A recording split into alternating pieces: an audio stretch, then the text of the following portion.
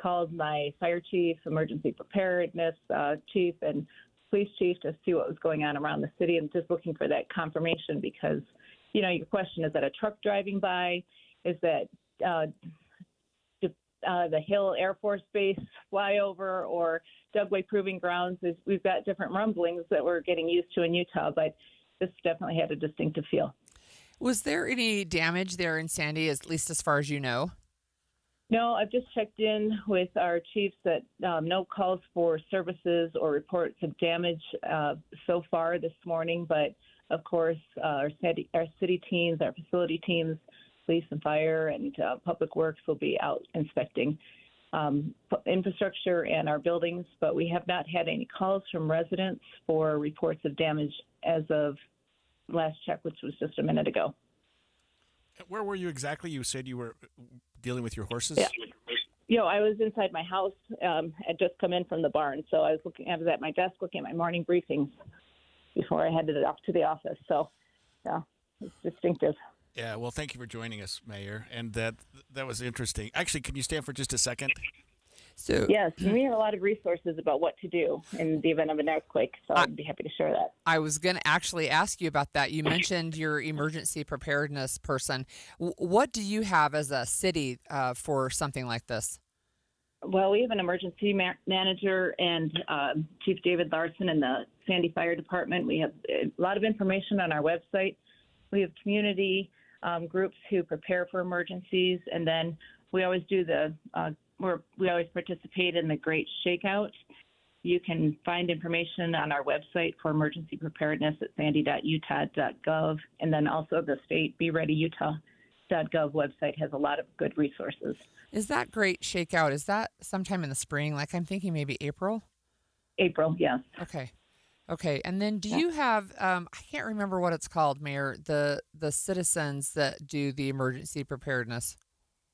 Yes, we do. We have neighborhood groups from all around the city that gather on a monthly basis for updates for emergency preparedness, for everything on fire evacuation, how to prepare a go bag, how to prepare an emergency kit for your family, what to do in the event of a house fire. So if people want to participate in that or receive alerts on when those are coming up, contact us through our city website.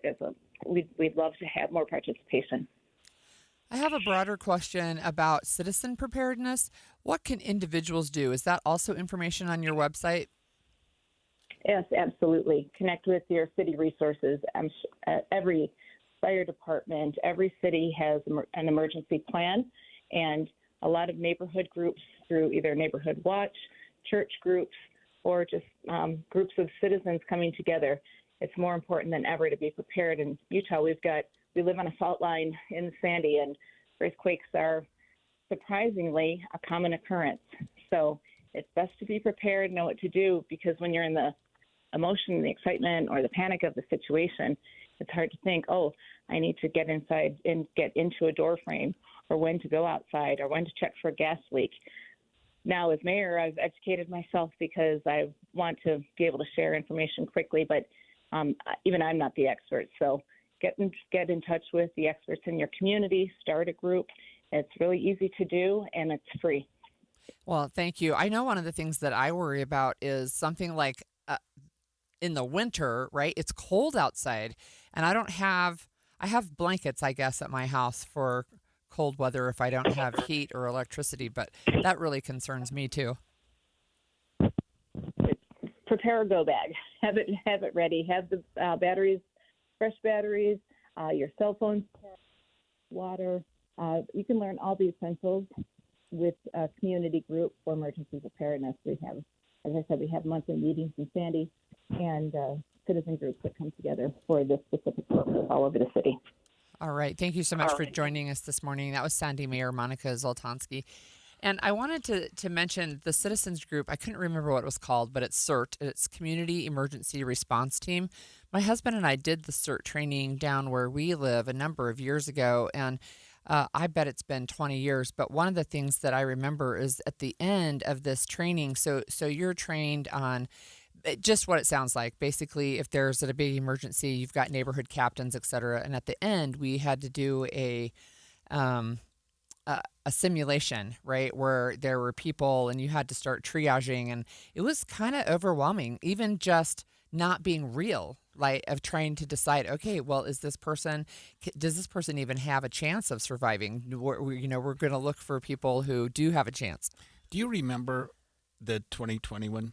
Well, yes, but I was in the air when it happened because Oh, I was coming back from the country of Colombia, and I was in the air from Florida. By the time I landed in Denver, the earthquake had happened and the Salt Lake City airport was closed, and I drove home from Colorado. I was telling Amanda Dixon this morning that when I felt the earthquake, it was in March of 2020, Yeah. and I had just filed to run for Attorney General, and I thought, this is a bad omen. This is like something I shouldn't be doing. and I remember there was something else. It was a week when a lot of really weird things happened. Oh, that was when we started closing international borders Right. for the pandemic, right? That's That's how right. I almost got stuck in South America. But yeah, so we have a number of texters who have communicated with us. You can text us if you felt the quake, 57500. You can call us. It's 801-575-TALK. And we have in studio with us Caitlin Johnston, our producer. Yeah, I've been keeping my eye on the text line, and I just, thinking about, we didn't feel it here at the station, but, it seems like on the east side and a little bit in northern Utah it was felt. And I just remember going back to 2020, I was working from home because I just got kicked out of the station for COVID reasons, and I felt my walls shaking, and it did feel like it hit a truck. This was in 2020 that I'm referring to. I don't know if this one was that drastic, but that's why we're trying to learn from texters and callers. So if you felt it, let us know how that experience was, 801-575-TALK, or text us at 57500. This texter just said, I live in Kaysville and was at my desk in my home upstairs, and the desk started shaking a little, and the blinds were shaking too. Looked at the clock, and it was about 7:49 a.m. Had to be an earthquake because there were no jets or trucks nearby that I saw. Glad for the confirmation that it was an earthquake and not my imagination. So I do think when the 2021 hit for me, I did think that, like, I didn't know what it was at first. I thought it was like thunder from very far away, and then I was like, that wasn't thunder. Yeah. Another texter says, felt in Sandy, knocked the lamp over downstairs and TV, knocked a few things off the shelf, knocked cups off the table, and set the firearm off. So this seems like, different people are having different experiences with this. It's way more drastic really than different. we were just like, what? There was an earthquake? And so now we're just we're learning all of this new information, and the text line is not stopping. So I do see a texter that says that their sister lives in Draper and was in the bathroom and could feel it, and their other sister was at the hospital at Altaview, and it was just being wheeled into surgery when they could feel the earthquake. That would is be spooky. Scary Yeah. That's a little experience. That scary. is not what you want Right? before you go in. But I hope everything worked out with that, because it doesn't seem like it was there. As far as we know from who we've reached out to, there hasn't been any damage, but we're still confirming that in different areas. So, well, we have another texter that says that they have a relative that lives about 12 miles from the epicenter and that they felt it, but her relative's friends that are closer to the epicenter barely felt it up in Evanston. Yeah. And that's an interesting conversation. We're going to find out more. yeah, we're gonna have at 9:35. We may step away for a minute, and unless we keep getting texts and people want to call in, we'll continue this. But we may step away for a moment. And at 9:35, we'll be speaking with the Utah Geological Survey to kind of learn what happened with this earthquake and why. It was, I believe, on the Utah-Wyoming border. I might be incorrect on that, but we will be asking them that question about why do we feel it when it's so far away, and kind of how that works. Yeah, and it'd be interesting to listen if we have any listeners from the Evanston area or from Rich County area, Randolph, Woodruff. Those cities would be fairly close to the epicenter. Yeah, I did see a text that someone in Evanston didn't even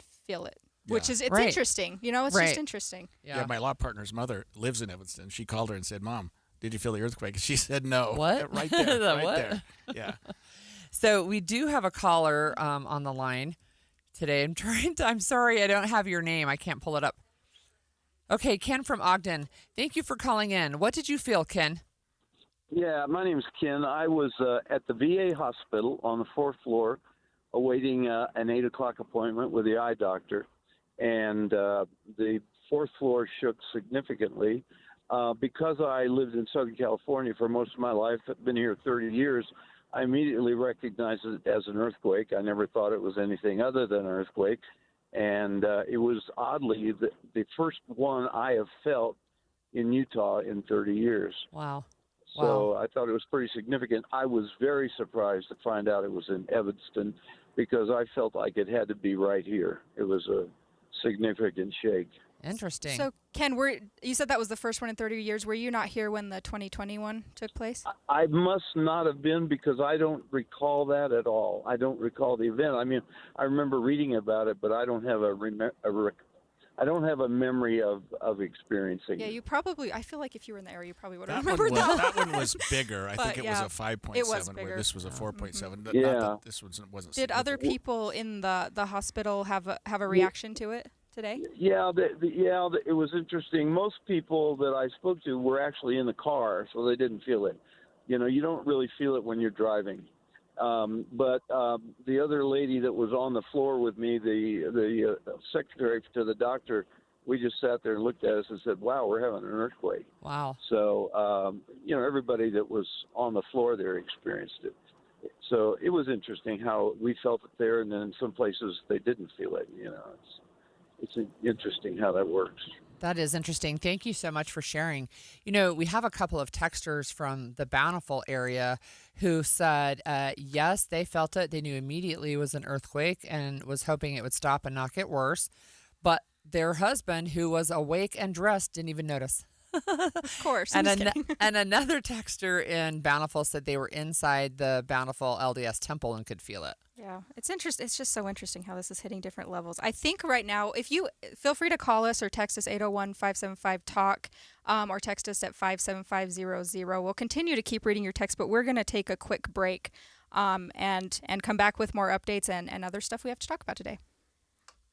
Mornings are for recharging. And they're for starting your day right. We volunteer to join you in the car. Get news and weather at 102.7 FM during the most important part of your day. Andy and Amanda, each morning between 5 and 9 on KSL News Radio. Every January, Duke's Jewelers celebrates another year serving the Springville community. And this year, they're doing it in a big way. It's the anniversary sale. And for 3 days only, January 22nd through 24th, all jewelry in the store is 50% off. That's right, half off everything in the case. Diamonds, gold, colored gemstones, signature pieces, everyday favorites. If it sparkles, it's on sale. And that's not all. For those dreaming up something one of a kind, special orders, custom design projects, and all watches are 25% off. Duke's Jewelers is proud to be a fourth-generation family-run business. And this sale is the Duke's way of saying thank you for supporting local, choosing Main Street, and trusting Duke's Jewelers with your most meaningful moments. But don't wait. These savings last just 3 days. January 22nd, 23rd, and 24th. Visit Duke's Jewelers on Main Street in Springville and shop the biggest sale of the entire year. Duke's Jewelers. Elevate every moment. Some exclusions apply. Are you living with dry AMD? If so, you could be on the road to geographic atrophy, or GA, a condition that leads to retinal cell death and permanent vision loss. But with Izervay, you can slow it down and get it going slower. Izervay slows GA progression by targeting a key source of retinal cell death, which may help preserve your vision longer. Izervay, or Avastin Capted Pagel, is a prescription eye injection used to treat GA. Don't take it if you have an infection or active swelling in or around your eye. Izervay can cause eye infection, retinal detachment, or increased risk of wet AMD. Izervay may temporarily increase eye pressure. Your vision may be impaired after an eye injection or exam. Don't delay. Ask your doctor about Izervay today. Izervay gets GA going slower. Visit Izervay.com. That's IZERVAY.com. Paid for by Astellas Pharma. This is the story of the one.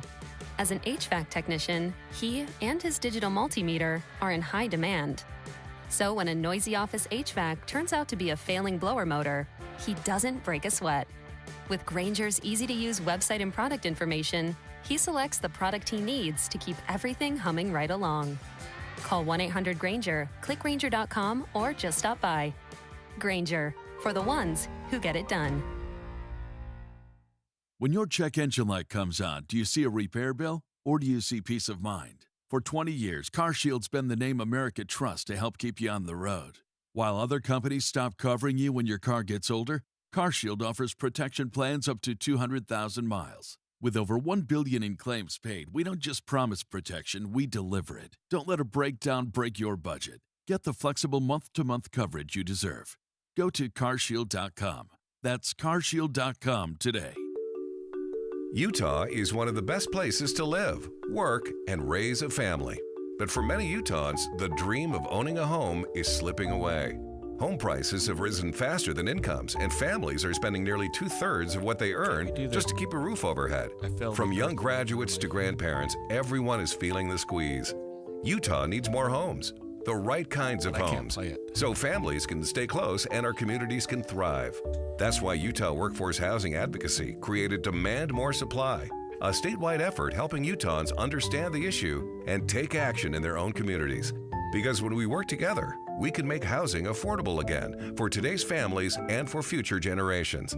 Let's make the dream of owning a home a reality again. Learn more and add your voice at DemandMoreSupply.com. DemandMoreSupply.com. That's DemandMoreSupply.com. Looking for a secure retirement plan without market risk? Look no further. Lyle Boss, president of Boss Financial, specializes in no market risk retirement strategies with guarantees of principal, guaranteed growth, and lifelong income. Join Lyle right here each Saturday and Sunday for his Safe Money radio show and call him now at 855-355-SAFE for your complimentary customized Safe Money information kit and Safe Money book. Nothing but upside here at 855-355-SAFE. I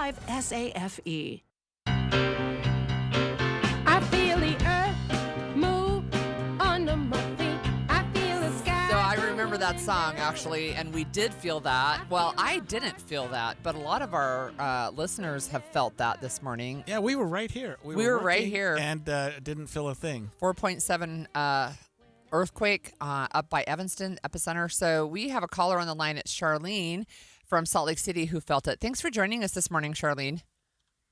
Hi. Yeah, I have felt earthquakes. I remember the first earthquake I felt was 45 years ago when my bed literally went boom, boom, boom, boom, boom at 2:15 in the morning. Wow. To the last one in 2020, when both me and my roommate living on the 6th floor of an apartment building both came out into the hallway wondering what that was, and we didn't know what to do. To this one this morning, it was just, I only felt just for 5 seconds, and that couldn't have been an earthquake, could it? Yeah, But it it sounds was. like you've had experience. Yeah. Interesting. Yeah. Thank you for sharing. Thank you for calling, Charlene. You know, we have a lot of people who are texting us, and there's one texter who said, you know, the whole Salt Lake Temple has been doing the seismic retrofitting, and they said that they were working on the 5th floor of the Salt Lake Temple and didn't feel a thing, and then added the seismic upgrade must be working. Must be working. Which right. I think that, I mean, you know, so we continue to have, additional texters contacting us and say, like, they live in Cottonwood Heights, didn't feel it at all. In Holiday, did feel it, knew it was a small earthquake. So this texter added this: my sister loves studying earthquakes, and in 2020 she screamed, "Woohoo, I finally got one, an earthquake." That was an interesting experience because that one you really could feel a lot. And the aftershock. I remember very distinctly how that one was so significant. I was in a building, I think my office would have been about at the 4th floor. So I think the higher up you are, the more likely you're going to feel it. Yeah, for sure. For sure. We have a texter that says they didn't feel this one today, but they remember a 1992 earthquake that woke them up in a 2-story hotel at 4:30 in the morning. And then they couldn't go back to sleep, right? Because it was like, it rattles you. It does. It rattles you. West Ogden felt it. West Jordan felt it. So we have, what's so interesting, you know, we're following the legislature right now. They're on day 3 of 45. And it just so happens that there is a bill this afternoon. It's Senator Jen Plum's bill. It's SB 70, but it's about natural disasters. Yeah. Emergency preparedness. It really has to do with some kind of a shelter. So, you know, we heard from Mayor Zoltansky, who said, get your bug out bag, basically your grab and go, if you need to get out of your house, and you can go to a shelter. And what Senator Plum wants to do is say that that every county, city, or town emergency operations has to designate at least one emergency shelter in the county, city, or town or nearby to accommodate not only people but pets. They have to be able to accommodate a pet, a household pet during an emergency. And I think what's interesting about that conversation, right, is how some people would make the decision to stay in their home and not abandon their pet. Right. And so she wants to make sure that people have the ability to take a pet with them. And now I'm imagining her opening arguments have maybe changed just a little. You know, we had an interesting caller early this morning on Andy and Amanda's show from a caller who said that his cats, I think it was, started reacting prior to the earthquake. I mean, the animal, so interesting. The animal could perceive something was about to happen, and then did it again prior to the aftershock. Oh, that's so interesting. Yeah. That's so interesting. The other section of Senator Plum's bill would make it aggravated cruelty to an animal if you restrained a personal animal outside during a natural disaster. So basically, if somebody went by, saw a person's dog or a cat and tied him to a fence, that would become aggravated animal cruelty. Oh, wow. During a natural disaster. Yeah, like an earthquake, especially one where you have to leave, right? So that the animal couldn't protect itself or shield itself. So, I do have to read some of the bill. A household pet does not include livestock or farm animals. A reptile that's not a turtle, so I'm sorry, all you snake lovers.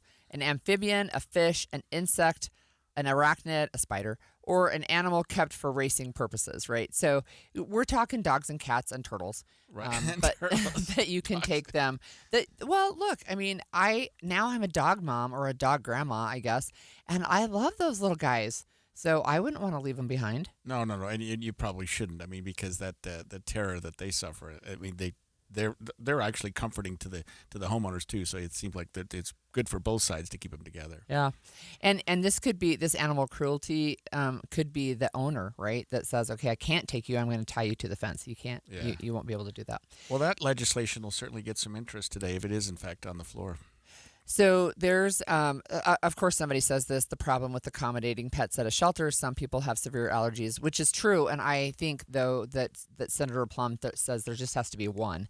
So you can expect if you go to the pet-friendly one that you're going to be exposed to animal dander. Yeah, that's a good question. So we have another texter that says they had just pulled into a parking spot in Ogden and wondered if a big truck had gone by. And then their daughter was at a stoplight and wondered why her car was shaking, right? So it's super interesting. We've got another one that says, we get earthquakes in Guam all the time and as recently as yesterday. So how funny. I'm in Salt Lake today and felt the one this morning and letting my family in Guam know. That's funny. You know, it really depended a lot on where you were, what you were doing, for sure. What you were experiencing at the time. Because some people we're sitting here in a building, we feel nothing. Somebody's on a street, parked on a street in Ogden. And they can feel it. Stoplight, and suddenly they feel it. Yeah. And all points in between. I mean, people in various parts of Salt Lake County are feeling it.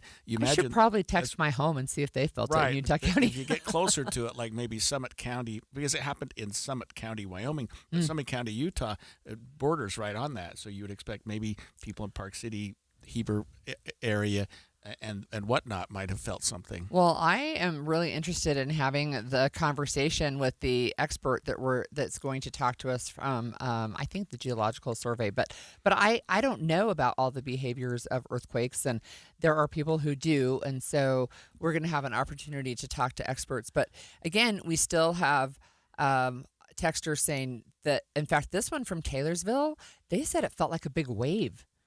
Which is more than just a little bit of... people really felt something significant. Yeah. And it's just the way the earth is. It's funny.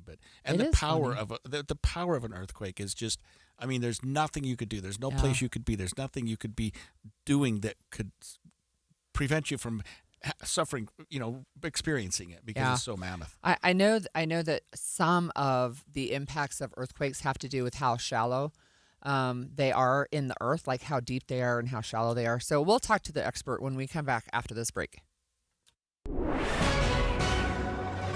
9:30 at KSL News Radio. I'm Amanda Dixon. Our top story is this earthquake. We're following a 4.7 magnitude earthquake that hit just south of Evanston, Wyoming.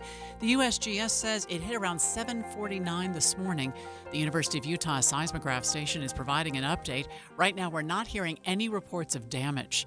We've received texts and calls from all over Utah, from Brigham City to Stansbury Park. Hundreds of people from northern Utah reached out to us here at KSL, talking about feeling the shaking this morning, including Merlin from Taylorsville, who says his cats felt it first. Yeah, they knew something was going on like a minute or so before, and then it just kind of shook things, and I'm going, okay, well, now I know why the cats were crazy. How long did it last? Do you have a sense for that?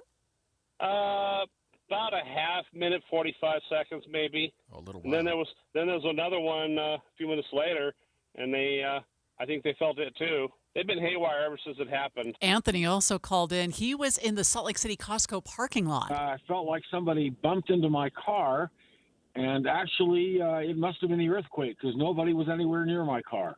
So you thought you actually got bumped by somebody else in the parking lot? That's right. That's interesting. And how long did it last from your perception?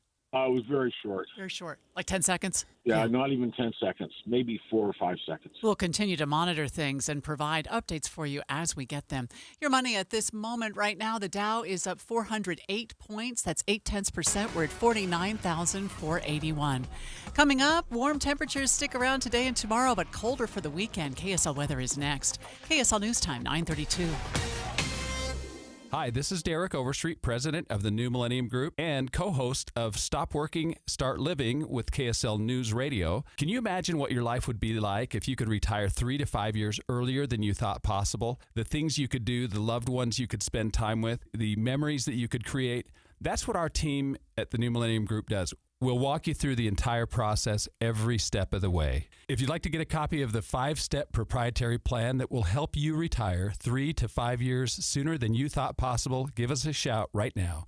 888-999-6370. That's 888-999-6370 or utahsfinancialplanner.com. Listen, most of our listeners right now have a tax problem, not a money problem. There's not enough money in Social Security Medicare as it is. Let us show you how you can significantly reduce your taxes. That's 888-999-6370, 888-999-6370, or utahsfinancialplanner.com. The Management Minute is a service of the MBA program in the Shingo Institute at Utah State University. I'm Professor Scott Hammond. When the critical mass of an organization is about defending the status quo, doing things the way they've always been done, then you see a certain pattern. I've seen this pattern at universities, government agencies, and businesses. First, the stories people tell about their work justify stagnation. Second, they punish and attack individuals who want to change. Often the top 10% of performers are treated like the bottom 10%. They're criticized and isolated by the protective culture so that they are asked or forced to leave. What is left is the middle, the average, the unchanged. What is left is mediocrity. Learn how to change a culture of mediocrity with an MBA from Utah State or a certificate from the Shingo Institute. Go to utahstatemba.com. That's utahstatemba.com. I'm Scott Hammond. Hope to see you in one of our classes. You're listening to Leaf Filter Radio, and the guru of gutter protection himself, Chris Coonahan, is here to take your most pressing leaf-related questions. Hey, everybody. Chris here. I understand we have Ron on the line. Ron, where are you calling from? Uh-oh. Ron, are you calling from a ladder? Well, I was. I wanted to ask Chris what I need to do to get my gutters ready to have Leaf Filter installed. Oh, Ron, you don't have to do anything. A Leaf Filter Trusted Pro will come out and clean out your gutters, realign and seal your gutters, and install Leaf Filter, America's #1 gutter protection system. So I didn't need to get on this ladder? Ron, Leaf Filter Trusted Pros are in your neighborhood and ready to help. Just visit leaffilter.com/deal to schedule your free gutter inspection and get up to 30% off. Thank goodness. What was that site? To get this special radio offer, go to leaffilter.com/deal for your free gutter inspection today and get up to 30% off. That's leaffilter.com/deal for up to 30% off. leaffilter.com/deal. See representative for warranty details. Traffic and weather together, brought to you by UCCU. Transfer savings, earn more. UCCU, love where you bank. And here's Jason Jones. Amanda, just in the last 5 minutes, we watched this accident that was southbound I-15 at about 7400 South drive off. So most of the delays went with it, just minor leftover slowing in that area. And that's really the only problem we've got at all on I-15. It's looking good both north and southbound, all the way from Payson up to Ogden. No problems right now in your major feeders. Most of the delays we had 2100 North and Pioneer Crossing have cleared out, although there's still a few extra cars there. That's really all we've got going on, at least so far this morning. Bear Lakes Winterfest is January 30th through the 31st. Race the epic Monster 5K, brave the Costume Monster Plunge, and cheer on the Cardboard Boat Regatta. Discover more winter fun and book your weekend at bearlake.org. I'm Jason Jones in the KSL Traffic Center. Partly cloudy today with more bad air. We do have a cold front headed in tomorrow. We've got our fingers crossed that that'll clear out some of that air. It will be colder for the weekend, 36 for a high on Saturday, 45 today. Right now it's 28 degrees. I'm Amanda Dixon from the KSL Common Spirit Health Studios. Listen online at kslnewsradio.com. We're Utah's news, traffic, and weather station.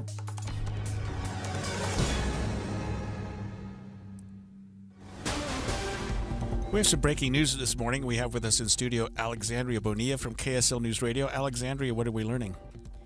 Greg, so this morning we are learning that Salt Lake City police have arrested a second man for obstruction related to that funeral shooting in Rose Park.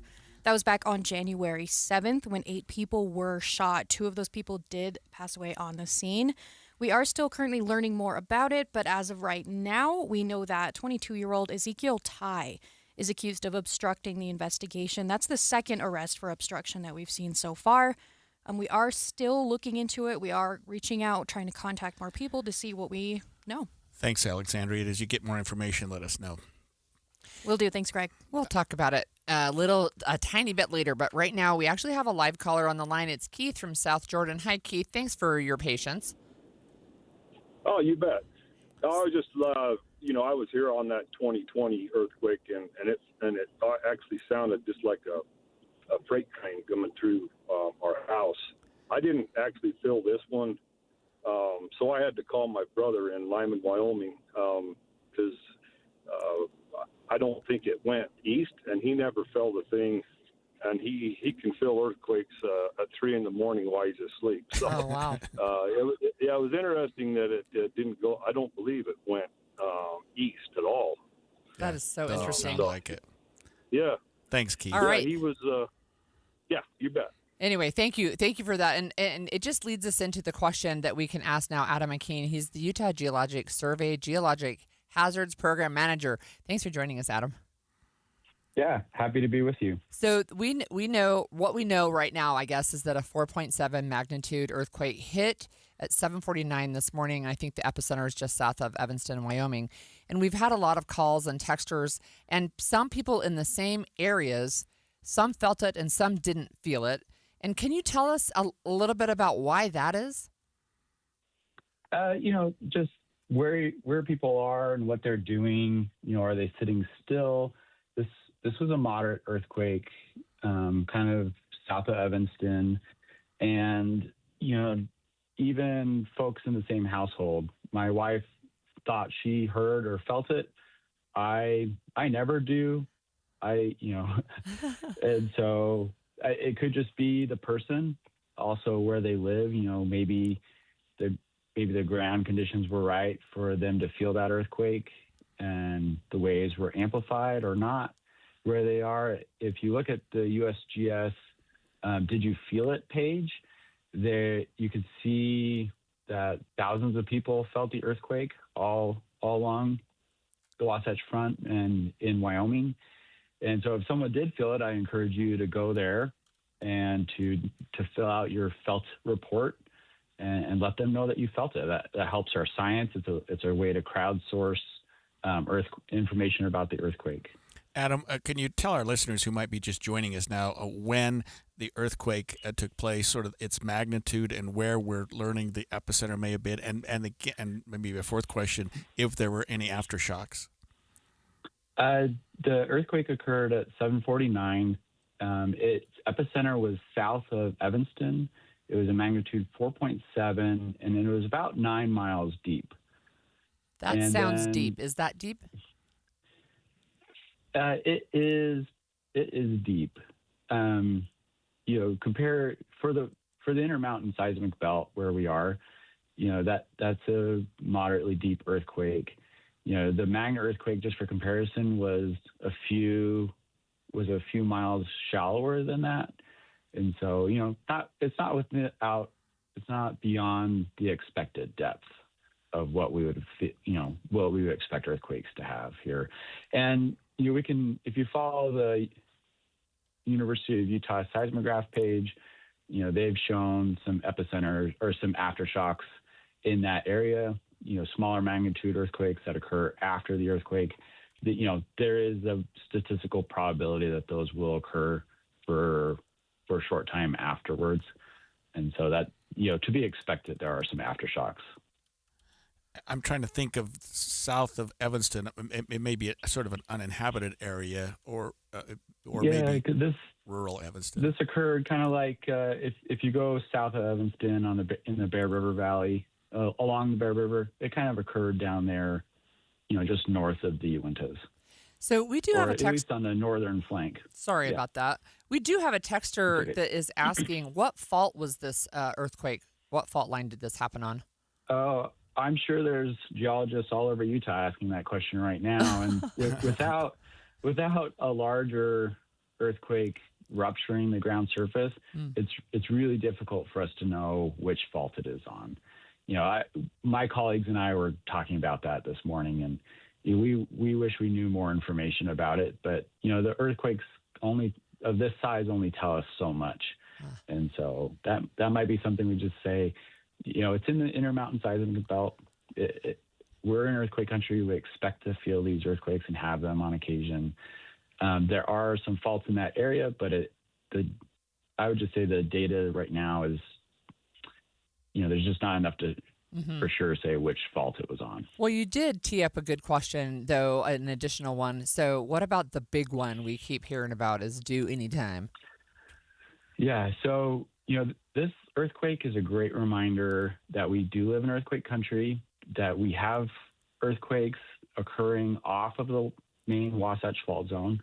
And it's good for people to know we live along the Wasatch Fault. It's a large basin and range earthquake or fault, and it can produce large earthquakes up to magnitudes 6.5, 7, and we should be prepared for those. And if folks have questions about that, there's a great website. It's earthquake.utah.gov, and they can go and learn more about what to expect for an earthquake, how to plan and prepare for one, and just what to do to help them, just understand it better and be prepared.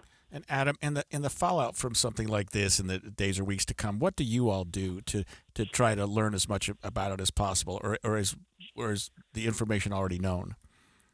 Yeah, so that's a great question for seismologists. I'm sure the folks over at the University of Utah seismograph stations will be studying this earthquake and its aftershocks. As a geologist, we love to look at the information that they're gathering from that seismic network. And, if there's information that's pertinent, we'll meet and talk about it.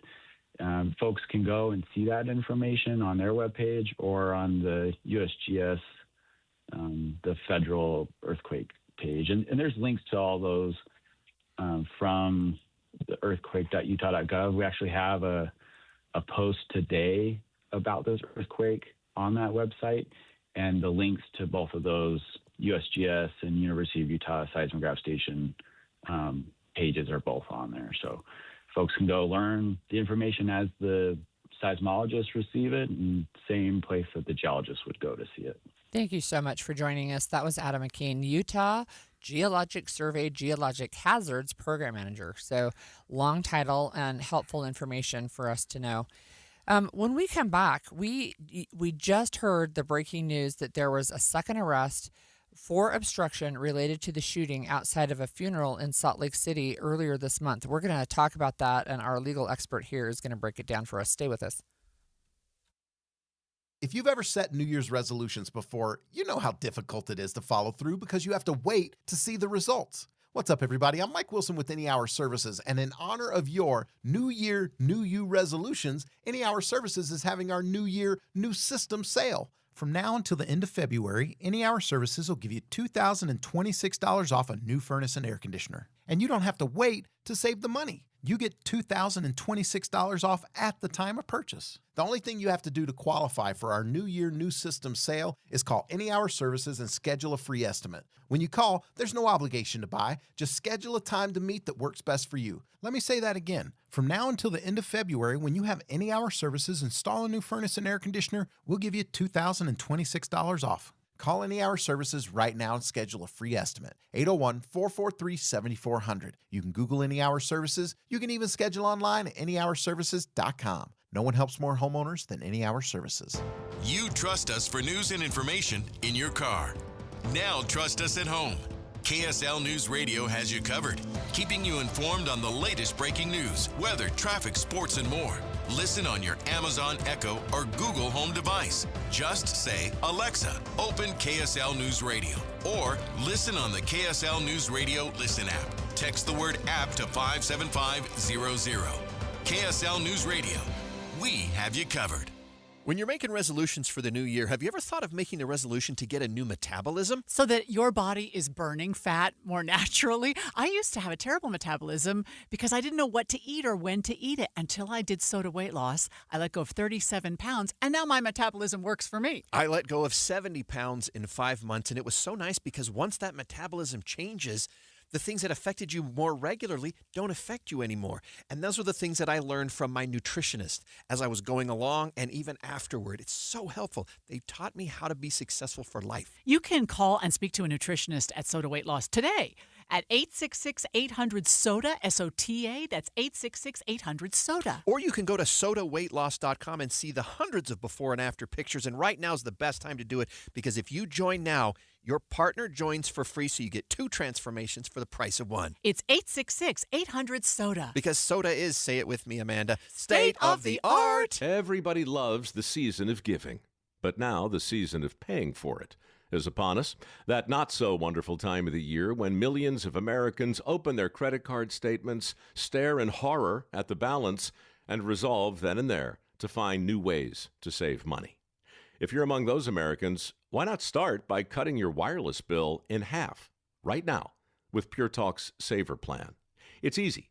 You'll get unlimited talk, text, and 3 gigs of high-speed data on a super-fast nationwide 5G network for just $20 a month. Just dial pound 250, say Mike Rowe, and you'll save an additional 50% off your first month. Ho, ho, ho!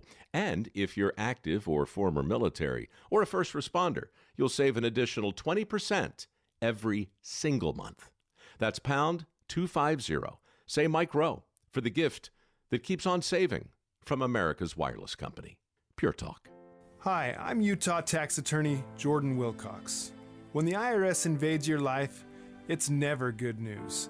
Keep in mind, it's not just you. I owed roughly $34,000. $61,000. When the IRS first contacted me, I was horrified. When they start hounding you and harassing you and assaulting you. Don't face the IRS alone.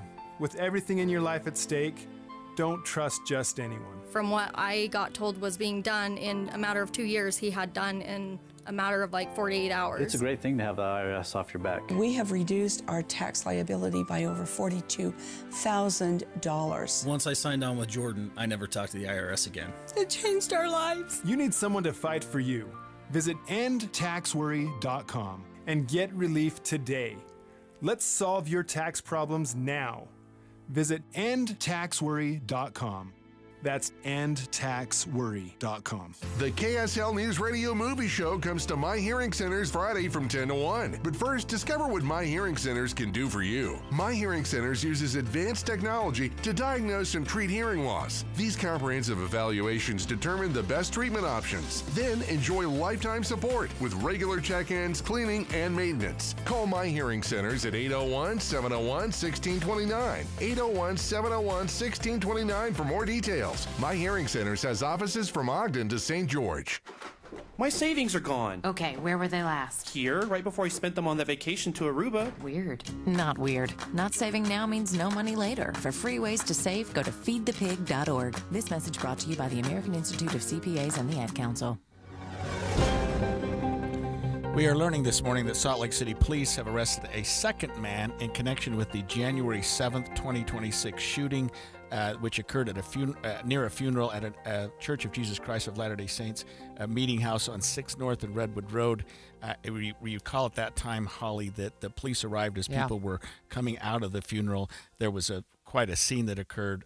Witnesses described that a black-colored SUV was leaving the church parking lot. There was a shooting. 2 people were killed in connection with that. A short time later, a black SUV, specifically a GMC Yukon, showed up at the University Medical Center. 2 individuals with gunshot wounds were dropped off, and then the car took off. What kind of suspect? They drove away, and they with several males still inside. On January 13th, police arrested Ryan Daniel Totai and charged him at that point with obstruction of justice, a second-degree felony. He was identified as one of the people in the SUV that left the scene. Well, today, police have arrested a second individual, Ezekiel Isaiah Tai. Of course, these men are both presumed innocent, but Tai is now in the Salt Lake County Jail on a suspicion of the same charge, obstruction of justice. So neither of these two, importantly, are charged with a homicide, but they're both charged with obstructing justice.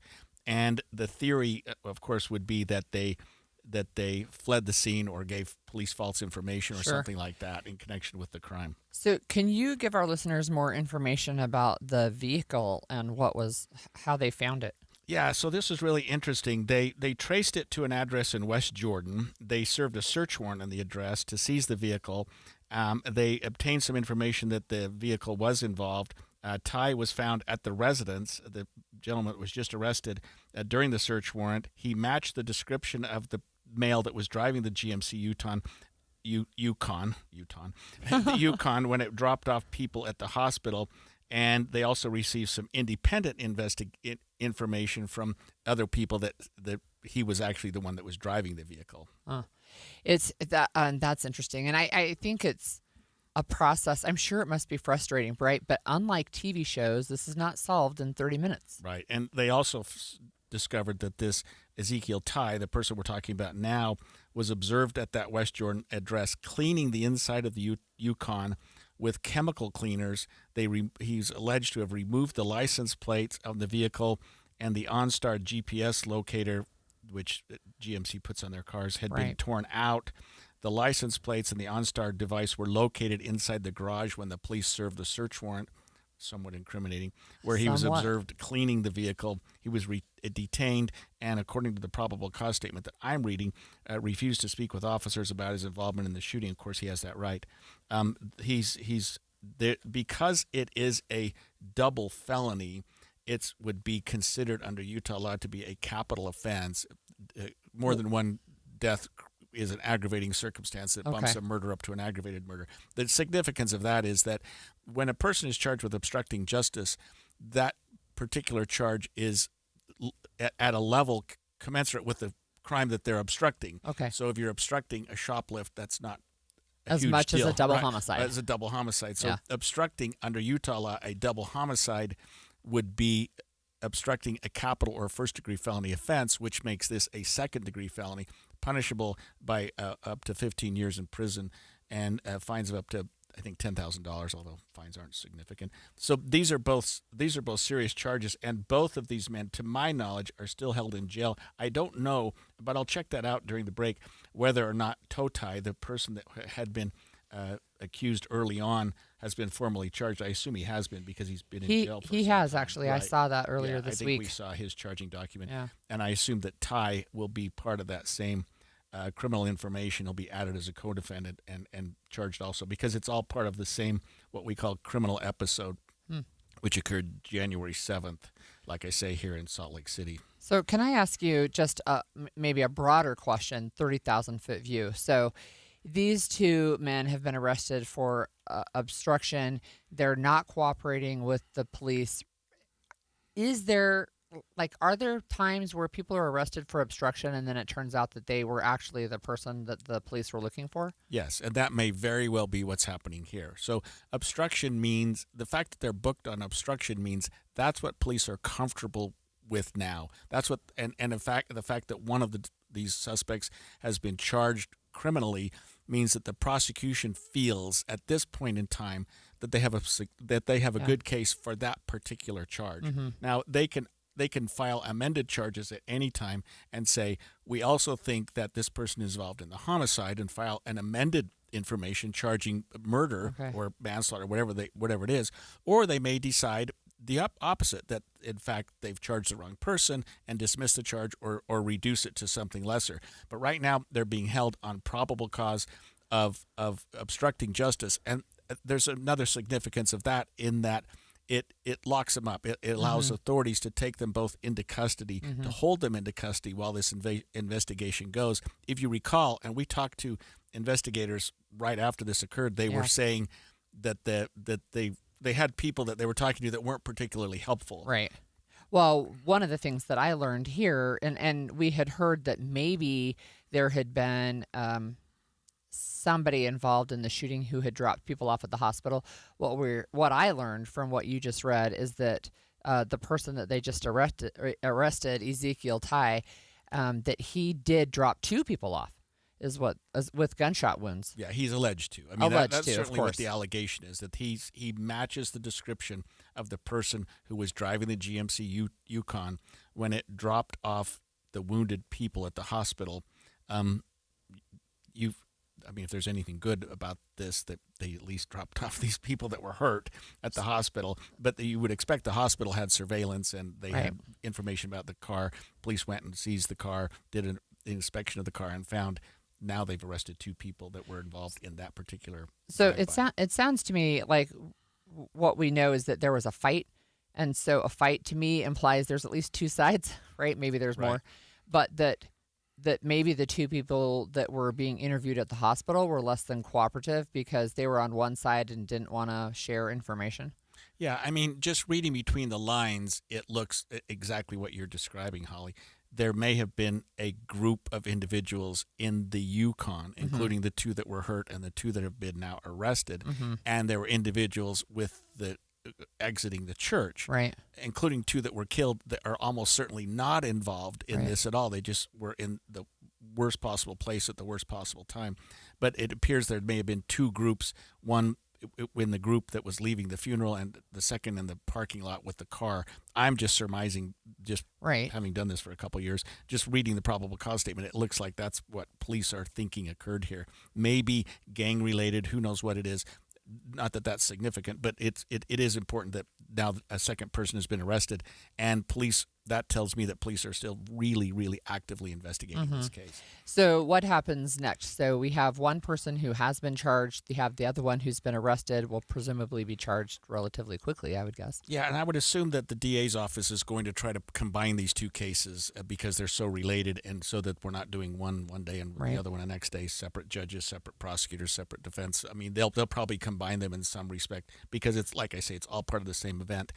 And as other defendants are charged, if that occurs, they will be added to this criminal information. So we'll follow that and see what happens with this case. But I think it is important to know that this arrest just occurred, that Ezekiel Isaiah Tai, who is absolutely presumed innocent, is currently in Salt Lake County Jail on an affidavit of probable cause alleging that he committed the crime of obstructing justice on January 7th at the funeral, leaving the Church of Jesus Christ of Latter-day Saints funeral on 660 North Redwood Road. I know we're almost out of time, but one more quick question. You said they might combine these cases, or probably would, but each one would still have an individual trial. Is that correct? Yeah, they each have their own attorneys. They each have their own trial if they choose to. But for judicial economy, they'll usually put them together, and so that you don't have 8 court cases. Okay. You have just one with people involved in that. Okay. When we come back, we are going to have more on Inside Sources with something going up on the Hill. We'll be right back.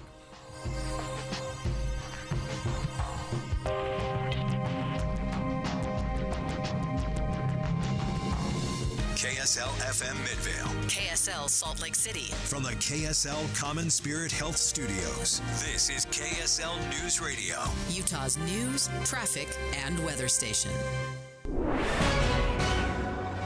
10 o'clock at KSL News Radio. I'm Amanda Dixon. KSL's top story this hour is breaking news within the past 30 minutes. We got word Salt Lake City police have made a second arrest in connection with the deadly shooting that took place in a Rose Park Church parking lot at the end of a funeral. Police have now arrested 22-year-old Ezekiel Tai for investigation of obstructing justice in the investigation. Police have been trying to track down a GMC Yukon that was seen leaving the parking lot after the shooting. Police found the vehicle in West Jordan, where they also found Tai cleaning the vehicle, and the license plates and GPS locator on the vehicle had been removed. This is the second arrest in this case. Police previously arrested Ryan Daniel To Tai, also for obstruction. A 4.7 magnitude earthquake shook parts of northern Utah this morning. The epicenter was about 25 miles south of Evanston in a rural area of Utah. Adam McKean is the Utah Geologic Survey Hazards Manager Program, and he tells Inside Sources this was a moderate earthquake, but he says thousands of people felt the quake, but it depended on your location and what you were doing. He also says the epicenter was about 9 miles deep in the ground. For the Intermountain Seismic Belt where we are, that's a moderately deep earthquake. The Magna earthquake, just for comparison, was a few miles shallower than that. He says the quake was just north of the Uintas, and geologists are now looking to figure out which fault line was triggered. Randall Jepson, KSL News Radio. Your money at this moment. The Dow is up 394 at this hour. We're now at 49,461. Coming up, a cold front is on the way. Hopefully it'll clean our air out a little bit. KSL weather is next. KSL News Time, 10:02.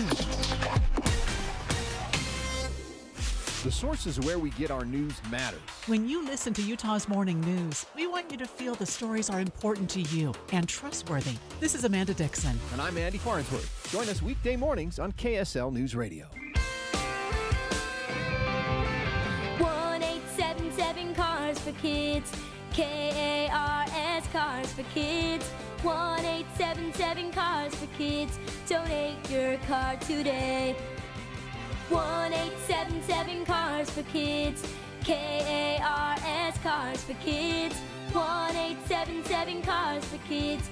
Donate your car today. Ready to get rid of that old car? Donate it to Cars for Kids. Call 1-877-CARS-FOR-KIDS to reach a friendly live agent. Donation is super easy, and your car can be picked up as soon as tomorrow. Call us now, 877-CARS-FOR-KIDS. That's cars with a K to donate your car today. 1-877 Cars for Kids. KARS Cars for Kids. 1-877 Cars for Kids. Donate your... Did you know you can donate real estate too? Go to carsforkids.org. That's carsforkids.org. Since 1947, Whipple Service Champions has been Utah's most trusted name for heating, cooling, plumbing, and electrical services. Got a high-priced repair bill from another company and you're just not sure about it? Call Whipple. Get a free no-pressure estimate or bring in their quote for an honest second opinion totally free. Whipple Service Champions is Utah's first place for second opinion since 1947. Call 385-273-7167 for your free estimate today. 385-273-7167. When you're making resolutions for the new year, have you ever thought of making a resolution to get a new metabolism? So that your body is burning fat more naturally. I used to have a terrible metabolism because I didn't know what to eat or when to eat it until I did Soda weight loss. I let go of 37 pounds, and now my metabolism works for me. I let go of 70 pounds in 5 months, and it was so nice because once that metabolism changes, the things that affected you more regularly don't affect you anymore. And those are the things that I learned from my nutritionist as I was going along and even afterward. It's so helpful. They taught me how to be successful for life. You can call and speak to a nutritionist at Soda Weight Loss today at 866-800-SODA, S-O-T-A. That's 866-800-SODA. Or you can go to sodaweightloss.com and see the hundreds of before and after pictures. And right now is the best time to do it because if you join now, your partner joins for free, so you get 2 transformations for the price of 1. It's 866-800-SODA. Because soda is, say it with me, Amanda, state of the art. Traffic and weather together. It's sponsored by UCCU. Supercharge your savings at uccu.com. And here's Jason Jones. Amanda, it looked like they had some rolling construction work going on southbound I-15. Like the UHP was sort of blocking off the highway, and people in front of the UHP were filling potholes or something to that effect. Anyway, so it caused some slowdowns if you're on the southbound side of I-15 down in the Orem area. And now it looks like that they've reopened the highway, and most of the work that they've done is cleared out. Although, if you are traveling southbound I-15 right before before you get to 8th North there in Orem. That's where you're going to be seeing the most bulk of the slowing, stretching back to about 16th North, I guess is really what we're calling it. Otherwise, the rest of your commute on I-15 is looking pretty good. If you're on the northbound side, from Payson all the way up to Ogden, you won't find any resistance there at all. Your major feeders over to I-15 are also looking good. We have no other accidents to report. Supercharge your savings with UCCU's high-yield savings certificates. The more you deposit, the more you earn. Visit uccu.com, select a high-yield savings option, and earn more. UCCU, love where you bank. I'm Jason Jones in the KSL Traffic Center. Partly cloudy today with more haze, but a cold front moves in tomorrow night. That should clear the air out a little bit for the weekend. It'll be colder for the weekend. Right now, what's our current temperature? We're at 28 degrees. I'm Amanda Dixon from the KSL Common Spirit Health Studios. Listen online at kslnewsradio.com. We're Utah's news, traffic, and weather station. Eye on the Hill 2026. Special coverage on Inside Sources. And we're back on Inside Sources, and today, Holly, is day 3 of the legislative session. We were there in person for day 1. We've been following the activities, and it's been moving fairly quickly. Not surprisingly, and right. you sort of have helped us understand why, because they do so much in the days and weeks and months leading up to this general session that they jump in with both feet, and they're doing a lot. One thing that I've been interested in watching was we've talked about this a couple of times, what they intend to do with respect to the courts. Yeah, that's right. And part of that, of course, is in response to some frustration that the legislature has shown with some decisions by our courts, not the least of which is the redistricting decision by a district court judge. There are others. I think there are 2 or 3 others where the courts have found that certain things done by the legislature violated Utah law or Utah Constitution or federal Constitution and have put those laws on hold. The legislature takes issue with that, of course, and says, well, maybe these are activist judges or they don't agree with those. And so in addition to changing the legislation, they're trying to change the judiciary a little bit, which to me as an attorney is a little troubling, but that's their right. That's their prerogative. So the bill that specifically that we're talking about is being run by Senator Chris Wilson, and he joined us when we were on the Hill to talk about this bill. Look, I think one of the things that you will hear today probably, so it's being heard in committee at 2 o'clock this afternoon, Senate Judiciary Committee. I think one of the things that you're going to hear is this isn't retaliatory, although there certainly are people who feel like it is. They're saying it's a factor of the size of our state and the workload. But you and I, when we talked about it earlier this week, you were talking about, I think we said 78 maybe members in the district court, that's where the need is. And that's what the Supreme Court has said. But what this bill will do, as it's written right now, is it would increase the number of Utah Supreme Court justices from 5 to 7 and the Utah Court of Appeals judges from 7 to 9. Yes, and that is, in defense of the legislature, consistent with other states our size. Yeah. That we have a very small Supreme Court for a state that has 3 million population, right. And it hasn't been expanded for years and years. Over 100 years, I think, if I remember what Senator Wilson was telling us, it was like 1900 something. Yeah, we had a tenth of the current population. That's right. So you would expect that there would be some increase. However, the presiding justice of the Utah Supreme Court did address the legislature, the state of the judiciary address, and indicated that there wasn't a backlog of cases at the Supreme Court. They didn't need more justices. The same with the Court of Appeals. What he suggested was that we get more help at the trial court level, which you indicated, and I think we did the math yesterday. There's something like 78 or 80 something like that, district court judges throughout the entire state. There are right. 8 districts, and judges serve in their district. Some districts, including those along the Wasatch Front, 2nd, 3rd, and 4th district, are really busy. They have calendars that can exceed over 100 cases on a given day. And that's not to say that, I mean, I've been in the Uinta Basin, and you see judges there that have these huge cases, or down in Millard County, I've seen big, and certainly the St. George area. So it's not specific to the Wasatch Front. But I think what the Chief Justice was saying is, hey, let's get some help at the trial court level with these cases that are getting backed up. We don't need 2 more Supreme Court justices and 2 more Court of Appeals justices, maybe we could get 4 more trial court judges. Right. And would that make enough of a difference, right? I mean, I think it would. I mean, I think 4 judges would be an increase of, even if it's just 5%. I mean, that's going to take some of the caseload off of the judges that are currently overwhelmed, especially in the districts. And I don't even know how you could pinpoint which ones are the most swamped. I guess you just look at numbers. But the districts that are suffering could use some help. They really could. So that's one bill, and I think that hearing will probably be a lively one. Yeah. A lively one. That's going to be at 2:00 this afternoon. It is. And there's another bill in the same Senate committee, Senate Judiciary, and that's Senator Nate Bluen. And his bill would say basically there are some safe zones that ICE agents can't go in, and that includes churches. And his bill would also say they can't wear facial coverings. Yeah, I think that's a controversial bill, and I actually spoke with Senator Bluen yesterday a little bit about it.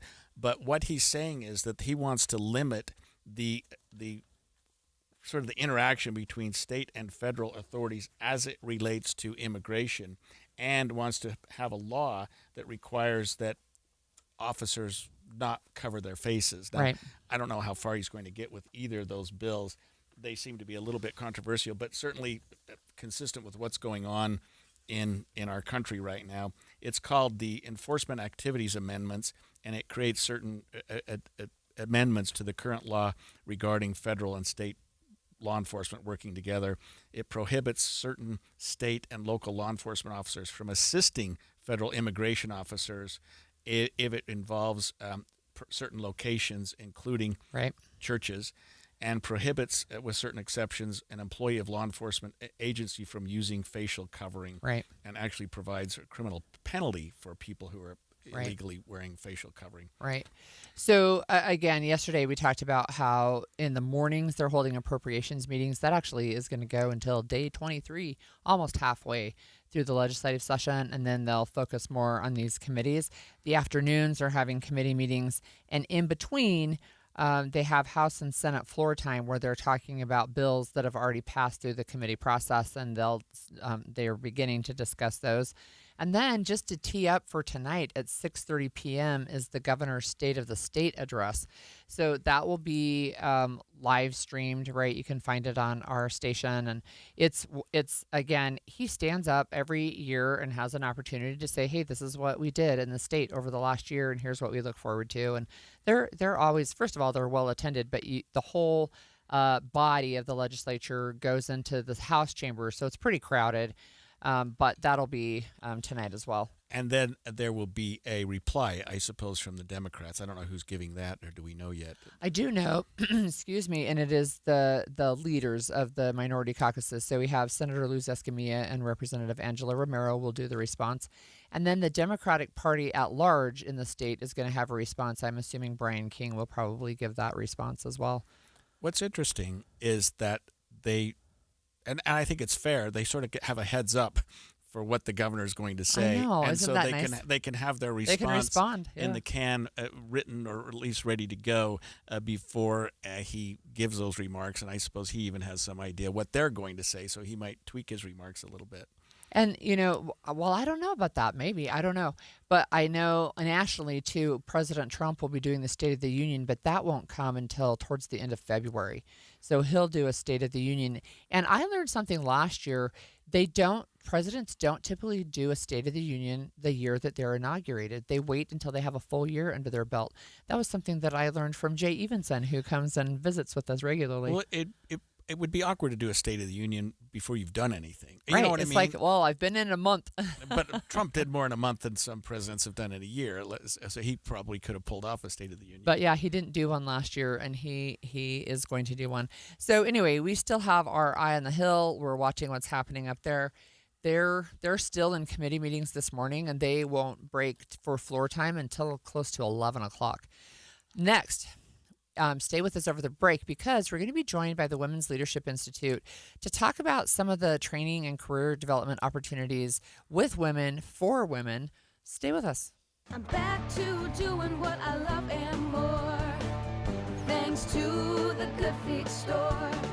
Do you want to walk, play pickleball, and enjoy other fun activities to stay healthy, but you can't because of bad feet? Hi, this is Mike, and the Good Feet store wants to help.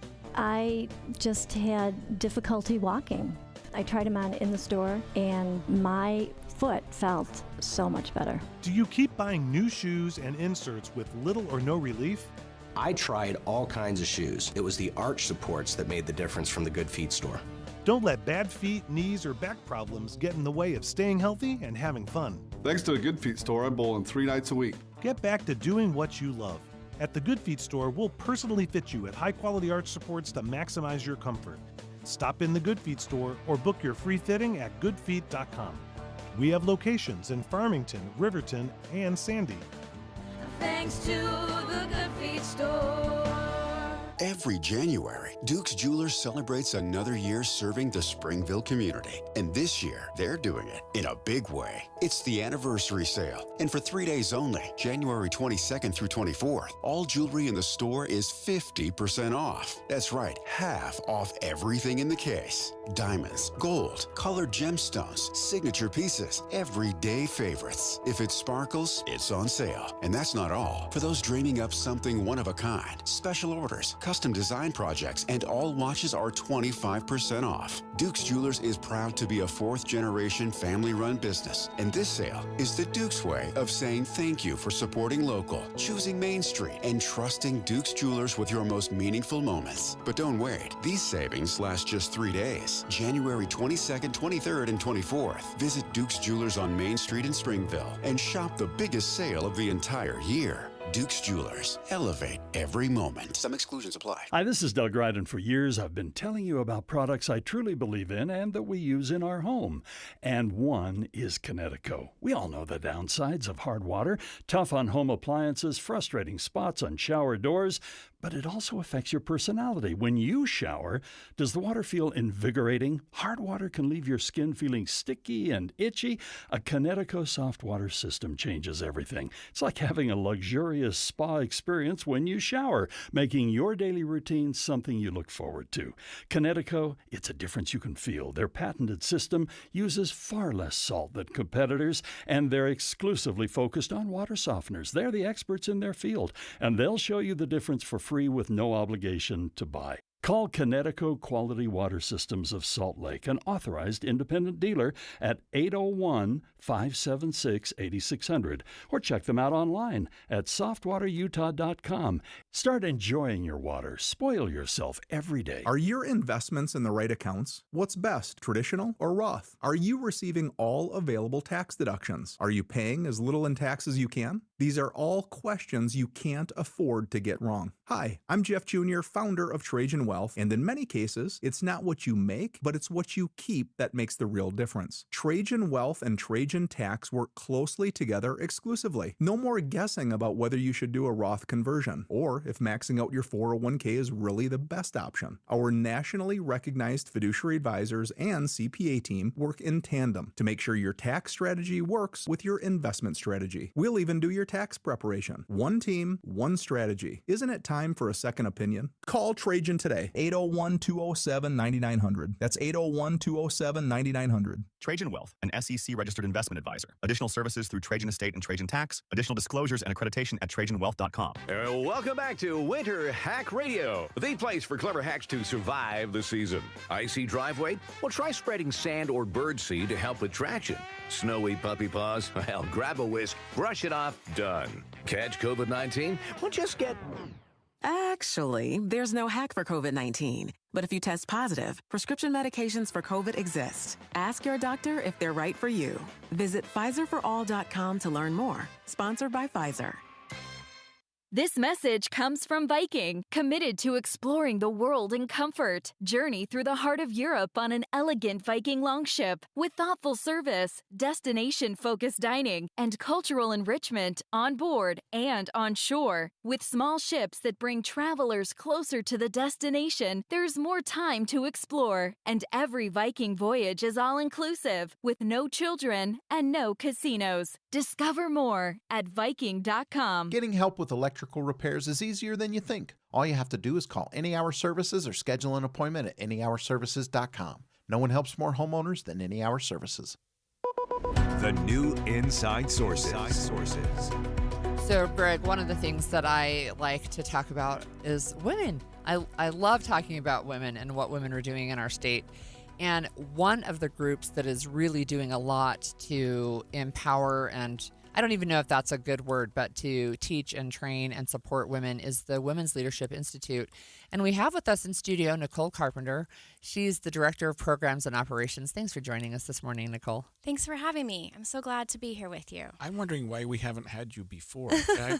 Given your credentials and what you do, and working with your husband, Marty Carpenter, as I have, I'm thinking we should have had this woman in our studio a couple times. It's possible. It's probably bad when you have your spouse on as your guest on a radio show. Yeah, that may be why. Okay, so for our listeners who may not be familiar, and that might even be Greg a little bit, I don't know. Yep. Can you tell us about the Women's Leadership Institute? Absolutely. We are a 501c3 here in Salt Lake City, but we're a statewide nonprofit. We've been around for 11 years, and we work with companies to help them elevate women within their company. So how do you do that? That's a great question.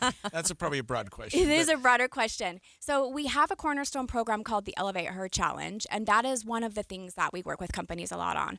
But the reason that I'm here today is to talk about the leadership development programs that we have also developed to work with companies and help support their female leaders. So I know you just started a training, I think, last week. Do you want to tell our listeners about that a little bit? Yes, absolutely. That training is called our Career Development Series. It's one of the cohorts that we run at the Women's Leadership Institute. It's an 8-month-long cohort. We meet once a month for 8 months. And this year, we needed more space because we sell out every year. This is our 7th year. So we opened up a track in Utah County. So we have women meeting in Salt Lake County now and Utah County. We have a group in Kanab. We've got women in St. George. So we really are reaching women all across the state. These women are mid to senior level leaders in their companies from all company sizes, all industries, and they come together once a month to network and learn and develop their leadership skills. And then they can take that back to their company where they can improve company culture and build their own teams. And how do you reach out to the companies? You do that from within by the women that you're training at these events? Or do you sometimes go to companies at the beginning and say, hey, we would like to help some of the people that work with you? Yeah, that's a great question. We do have a lot of personal relationships with a lot of the companies that we work with, and a lot of the companies have been sending women all 7 years. So I think it's probably relationship based first and foremost, but we do have open applications so anyone can apply when we're in that application stage. But really it's that relationship with these companies. A lot of companies are too small to have their own leadership development opportunities, so we're able to fill that gap for them. Some companies are large and could do it on their own, but maybe they want another resource available to their female leaders. So can you tell us and our listeners what type of training, what does it mean to be a mid-level leader, a mid-level leader who's getting training? Like, I don't even know what that looks like. Yeah. So we kind of have the caveat if you're a people leader, then this is the right program for you, because a mid-level leader in a company like Intermountain Health is going to be very different than a mid-level leader in a small company or a startup. So that's kind of the caveat. If you're a people leader, then this is the right place for you. And we have developed a curriculum each month where we bring in community experts, leaders that are well known and well loved to help train these women and then take that back to their team. So some of the upcoming, we've got Gail Miller. She's going to be one of our speakers. Utah has a majority female Supreme Court. I don't know if you knew that. And so we have them on a panel that will be joining us a little bit later. Franklin Covey, Crucial Conversations. We're really excited about the training that we've lined up. Okay, I'm dying because this is an organization and a group that I just haven't heard about. And why? How are you going to get the word out? If I've been practicing law for 43 years, haven't heard about the Women's Leadership Institute. How can people find out about it? That's a problem, right? Because we have been around for 11 years. This is great. I've known about it. I know. Well, we do have a new director of marketing and communications, and she's fantastic. And our goal is to get the word out and reach more people. So that is definitely a problem that we have that we hope to solve. Word of mouth has taken us so far, but we need to grow faster and bigger so that we can really have an impact on Utah. So, one of the things that, you mentioned you hadn't heard about it, but I knew about it when it was first founded. And Pat Jones was the original, I think, executive director. Now it's Melanie. Melanie Jones. Melanie no relation. Jones. No relation. And Melanie comes over from the Utah business world, which is super interesting. But so I've been a fan forever, but your career development series has grown over the years. So you mentioned at least 4 locations. Yeah. This cycle. How many women are you serving right now? Right now, this year, we just onboarded 151 women. Wow. Yeah. So overall, the career development series, we're just shy of 900. Wow. But we also have other programs. We have a Rising Leader series for women who are not yet people managers. I think you're aware of our political development. Yeah. I went through the very first one. Yeah, you're an alumna, huh? And so between all of those different programs, we have over 1,000 women that we've served over the decade. So as a 501c3, how do you get funding? I mean, you this is a huge endeavor just by the sheer numbers that you're telling us about today. Yes, we've got a lot of companies that support us. So company sponsorships is our biggest form of revenue. The development series does bring in money for us as well. We keep our cost as low as possible, and it's a very competitive price in the marketplace. And then a lot of the speakers and the companies that we visit, they donate time and resources so that we can generate more revenue for our cause and our mission. So one of the things that you mentioned to me is that you have your participants use some type of behavior assessment. So why is it important for them to do that? Yeah, so this is what we've done all 7 years, and it's our kickoff. So in January, we use a predictive index behavior assessment. And if you're not familiar with PI, it is a measure of your behavior at work. So it is a great tool because of that tendency. And it gives these women an idea of what their leadership style is like in the workplace. We work with Wiseman Strategies, who facilitates all of this for us. They're a company here in Utah. And they use this analogy of a front of T-shirt and a back of T-shirt. So the strengths that we have, the behavioral indicators, the front of T-shirt is the stuff that we see. The back of T-shirt is the stuff that we don't see.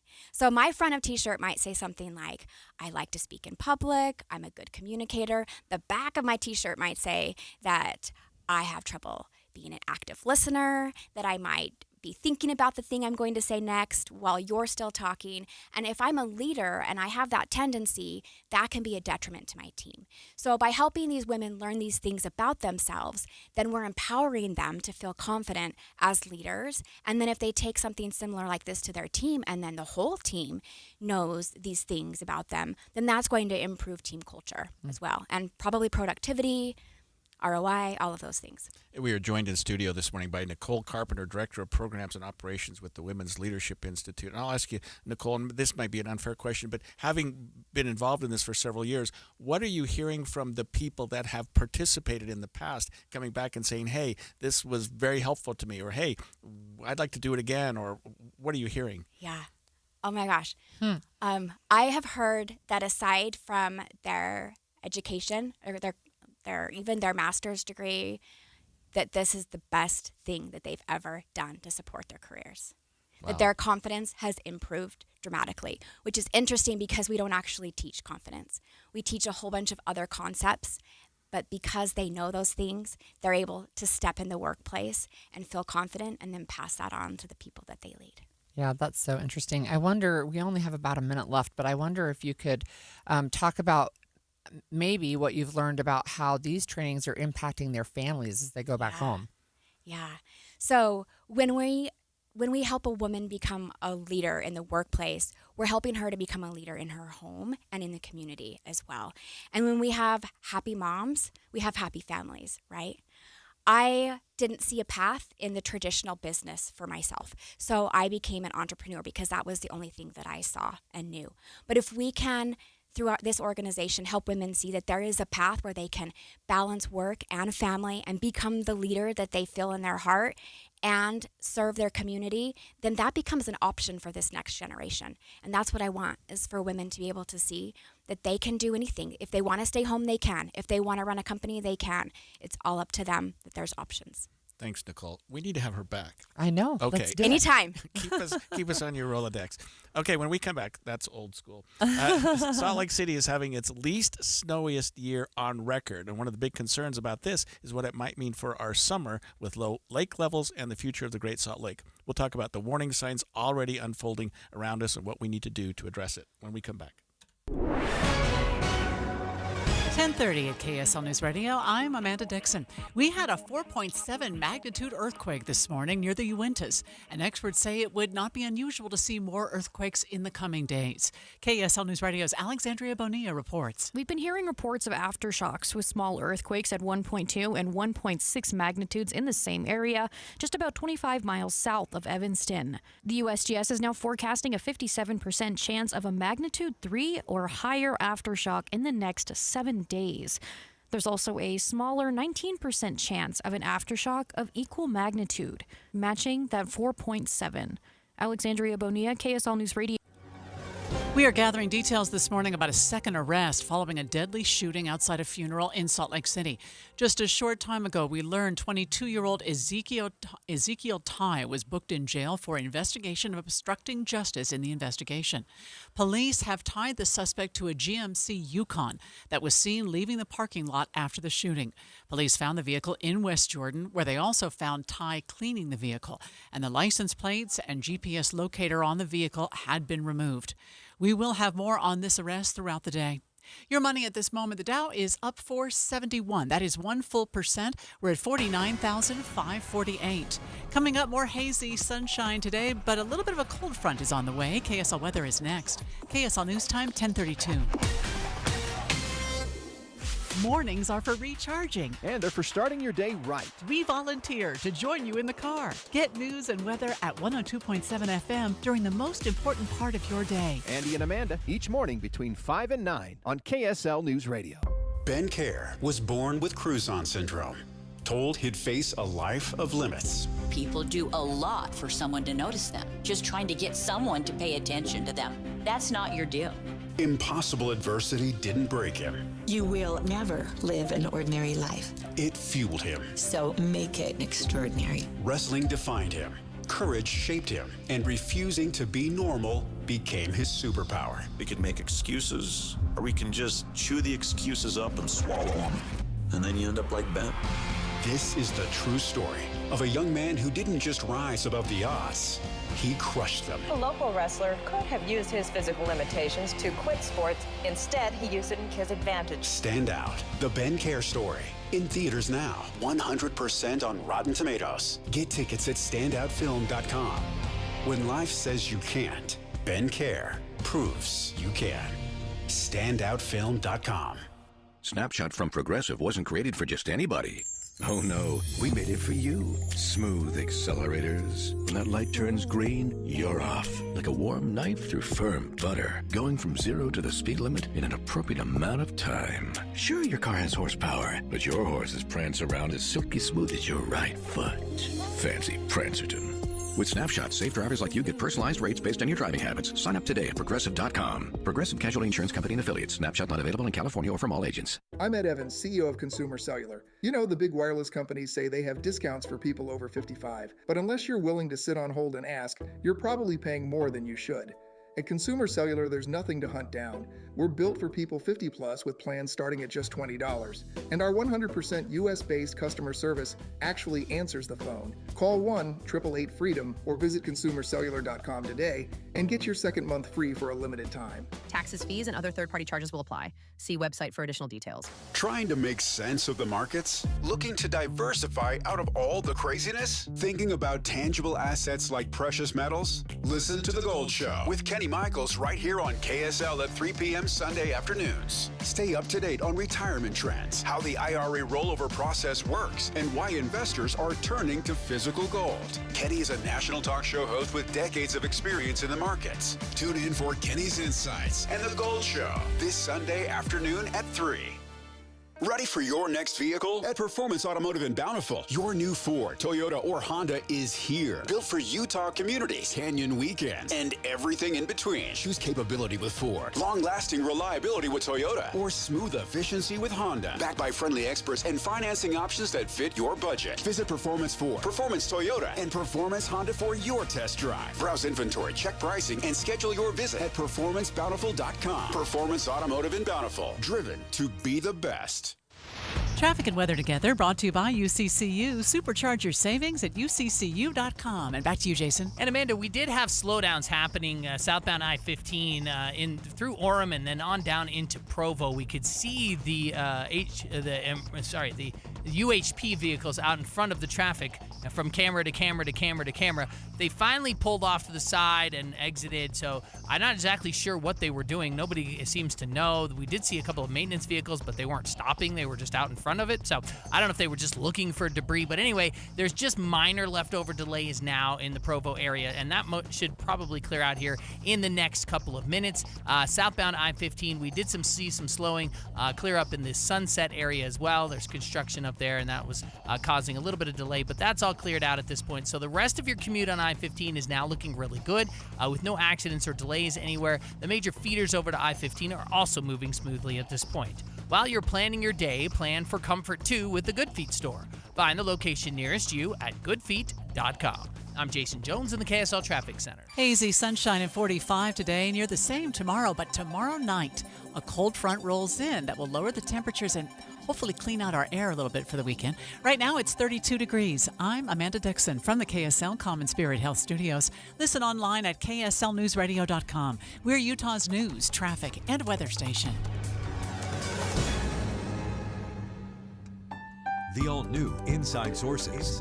Your inside access to the people and policies shaping Utah's future. Here are Greg Skordas and Holly Richardson on KSL News Radio.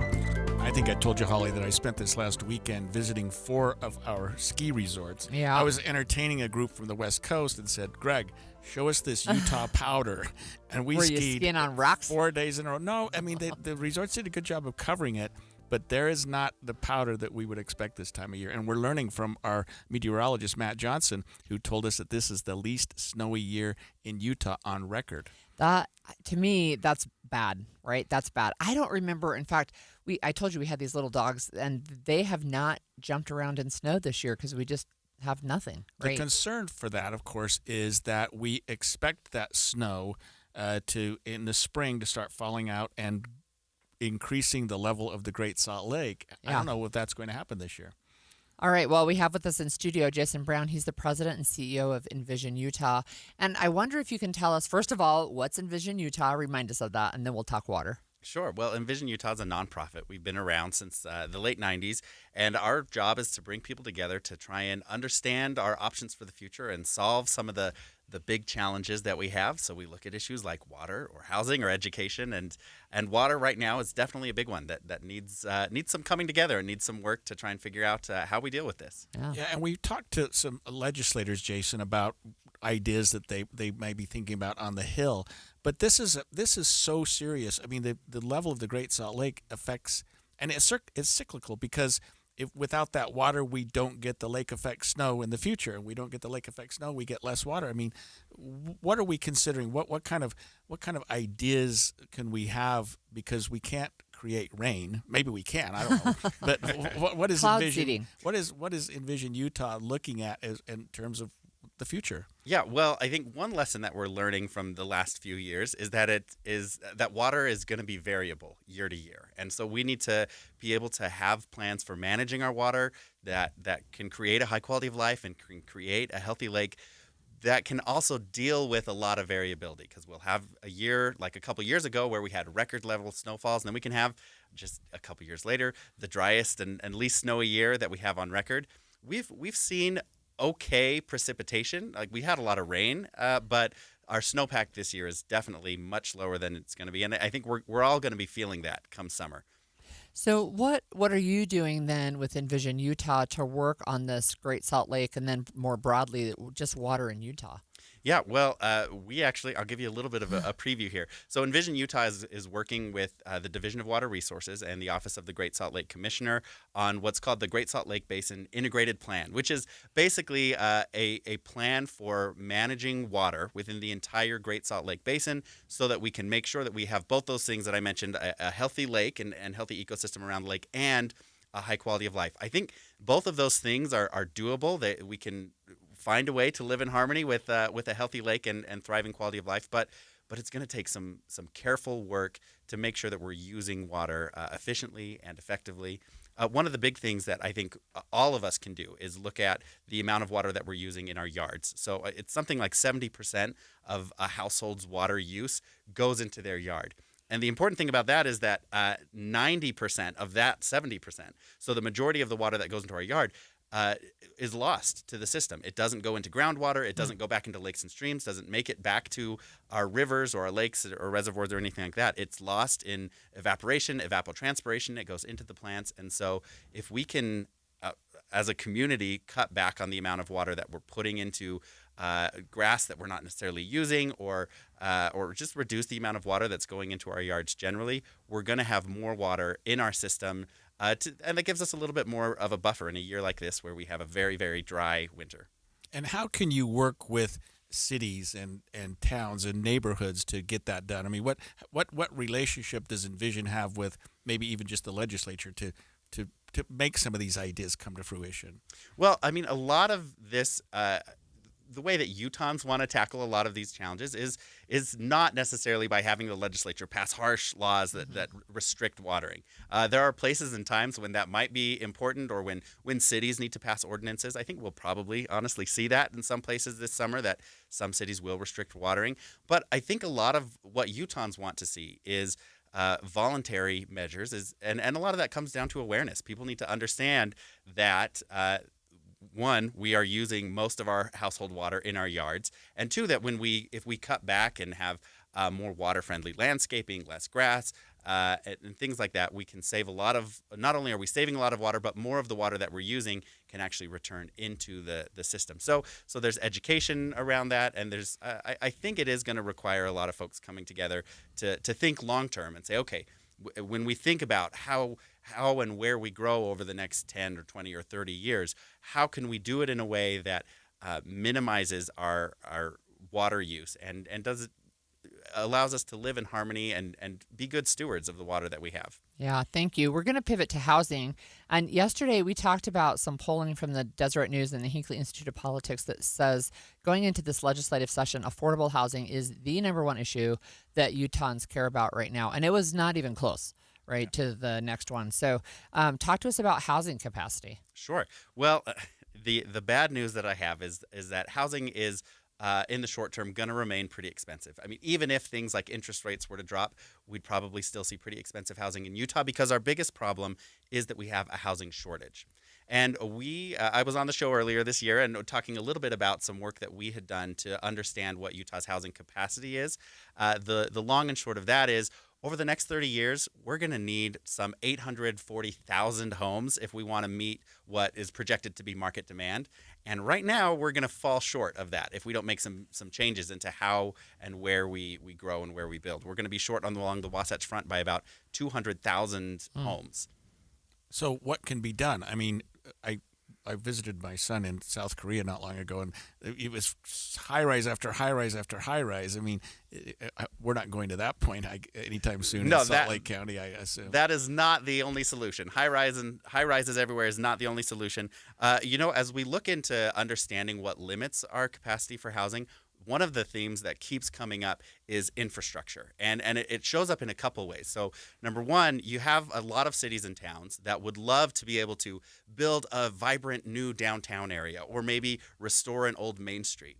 But in order to add more housing to those areas, they need to be able to build infrastructure. Or we have developers who have entitled lots that need infrastructure, roads and sewer and water, to be able to build those. So a lot of times that infrastructure is not something that's limited to city boundaries, right? They're regional kinds of projects. And so we need a regional or statewide or bigger than a city kind of approach. There is some work being done in the legislature to try and make financing some of that easier. The other place that infrastructure shows up as an issue is about half of our new housing over the next 30 years is going to have to be built in currently undeveloped vacant land. And now, if we look back in time in Utah, particularly in the Salt Lake Valley, we built Bangor Highway, we built the Mountain View Corridor, and that allowed us to be able to open up so much land for housing.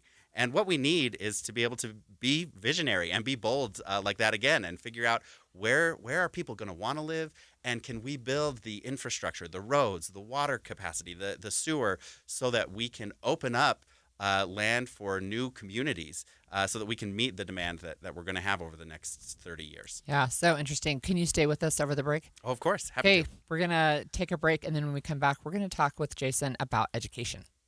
It's not too late. If you got government health insurance again, especially here in Utah, this matters because a lot of families are paying more and getting less. Everyone focuses on the monthly premium, and yes, at My Policy Quote, I can help there. In fact, many of my Utah families are seeing 47% savings and even more on gold level plans. But the bigger issue shows up when you actually need care. The moment that university or blue insurance card hits the counter, prices jump, and with family deductibles now climbing to $20,000, all of that bill lands right back on you. My name is Mike. At My Policy Quote, I help individuals and families and businesses move into private insurance based on health, not income, so you're not overpaying for things you'll never use. That means lower costs, access to national PPO networks, and a plan chosen and managed by you, not the government. If you pay your own health insurance, you're on COBRA, uninsured, or your employer plan is just too much, even self-employed or small businesses, call me, Mike, today. 385-367-6779. Again, that's 385-367-6779. Or visit mypolicyquote.com. That's mypolicyquote.com to get started now.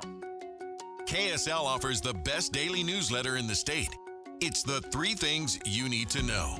Every weekday, we deliver quality and relevant content to your inbox. No ads, no spam, just the 3 things you need to know to be informed about the world around you. Subscribe today. Visit KSLNewsRadio.com or text the word inbox to 57500. That's inbox to 57500. If you're getting new gutters, make absolutely sure that you don't get screwed. I mean literally, don't get screwed. Tim Jr. here from RGS Exteriors. And every single gutter company out there uses screws to hold their gutters together at the corners and downspouts. They use screws because they're fast and cheap and easy. But man, they're terrible for your gutters, aside from possibly cutting your hand. They also loosen and corrode over time because they're not made from the same metal as the gutters. At RGS Exteriors, we've been installing gutters for 70 years now, and we don't use screws. We only use permanent, strong, and unobtrusive rivets. They're made from the same material as the gutters, so they won't oxidize and they won't corrode. They'll also never loosen. Your hand is safe too. Did I mention they look amazing? So don't get screwed. Call RGS and get riveted gutters. Our number is 801-280-3110 or visit us at rgsutah.com. That's 801-280-3110 or rgsutah.com. This is a special alert to all Americans who own a vehicle with less than 200,000 miles with an auto warranty about to expire or with no warranty coverage at all. Due to a decline in the economy, CarShield is announcing a low-cost month-to-month vehicle protection plan that is now available to the public to save any driver out-of-pocket expenses on future auto repairs. Call now to find out how you can pay almost nothing for covered auto repairs. Yes, you heard that correctly. Pay almost nothing for covered auto repairs. An open phone line has been established for all drivers to call for a free quick quote. Call 800-292-4541 now. Drivers who are covered will not have to pay for covered repairs again. This protection plan is at an all-time low. Additionally, drivers who activate this vehicle protection today will also receive free roadside assistance, free towing, and car rental options at no additional cost. Call us for your free quick quote today. 800-292-4541. That's 800-292-4541. What do you have to lose? Call 800-292-4541. Again, 800-292-4541. When Team USA is on, you can almost see the moment a kid starts believing they could be next. Now, while Xfinity can't guarantee that, they can guarantee something just as important, that your internet price won't change for 5 years. No contracts or commitments, so while your kid is ordering gear online, streaming highlight reels, or video chatting, your Xfinity internet price won't budge. And who knows, by the time the next Olympic Winter Games roll around, your kid could be getting fitted for their very own Team USA uniform. And guess what? You'll still be paying the same price for reliable Wi-Fi. And there's even more to enjoy with the Xfinity Gold Medal Celebration. Now through February 22nd, get their best price on gig Wi-Fi for 5 years guaranteed. Just $50 a month, plus get Peacock Premium included for 2 years. That's a $10.99 monthly value. Xfinity. Imagine that. Proud partner of Team USA. Restrictions apply. Requires paperless billing and auto pay with stored bank account. Taxes and fees extra. Actual speeds vary. Join Mike Stevens of Capital Wealth Advisors for Retire Right Radio, Saturdays at 5 a.m. and 9 p.m. That's Retire Right Radio with Mike Stevens, Saturdays at 5 a.m. and 9 p.m. The average text takes your eyes off the road for about 5 seconds. At highway speeds, that's enough time to travel the length of a football field. Stop texts. StopWrecks.org. Brought to you by the National Highway Traffic Safety Administration and the Ad Council. Inside Sources. So we have with us in studio Jason Brown, the president and CEO of Envision Utah. And you just explained to us, Jason, that I'm going to get it right. Envision Utah is visionary, 501c3, looking down the road, making sure that we're not surprised in 30 years that we need 800,000 more homes. That's right. Okay. Or more water. Or more water. So I wanted to know if we could talk about education for a little bit. I know that it's one of the issues on the Hill where we have a ton of people who talk about education. They run education bills. But one of the big issues this year is literacy, and specifically looking at third graders who maybe aren't reading at grade level. I was surprised at the numbers that we're like around half of our third graders aren't reading on grade level. What can you tell us about literacy in Utah? Well, the early years of someone's education really set the trajectory for the rest of their educational journey. I mean, kids who are reading on grade level early in elementary school are more likely to graduate, and they're more likely to go on and be successful in college. And we know all of the benefits that come from pursuing some sort of higher education after you're finished with high school. So I think it absolutely is an area that we need to be focusing on.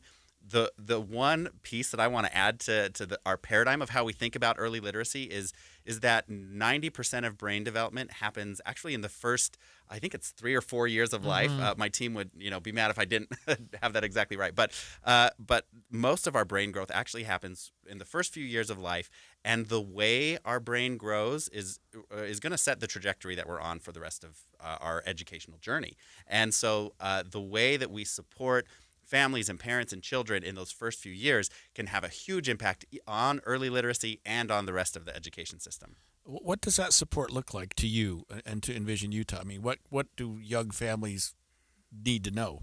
Well, the good news is that it doesn't take like complicated programming or a strong curriculum or anything like that. Brains respond to back and forth interactions and engagement with parents or between parents and or caregivers and their children. So simply like looking your baby in the eye and talking to them, even before babies are able to talk, will do a lot to support healthy brain development and creates what are called neural pathways, which are basically the roadmap that information travels in your brain. So the more engagement, eye contact, things like that a baby and toddler and child gets in their first few years, the stronger their brain is, and the better ready it is to be able to learn and to grow for the rest of their life. So I was when I was raising my kids a huge book lover, physical books. And we still have a ton of kids' books. And now my kids are having kids, and they're reading to them really early on. And now I have a 2.5-year-old grandson who just sounded out his first word last week. And I'm like, oh my gosh, that seems early to me. I mean, he knows his numbers. He knows his letters. He knows a capital letter versus a small letter, right? So I feel like he's probably on a good trajectory. Does that sound like the area you're aiming for? That's it. But I will say it doesn't, obviously, we are big proponents of reading to children early. That's really, really important. There's so many benefits that come from that. But it doesn't. All the brain development doesn't just have to come from reading. So even just talking to your kid while you're cooking, or while you're at the grocery store, or while you're going about your day, narrating what you're doing, talking to them about what you're doing to get them dressed or to change diapers and things like that. All of that engagement and speaking in the course of your regular day. So you don't have to add necessarily 20 or 30 minutes of extra activities. All of that stimulates healthy brain development.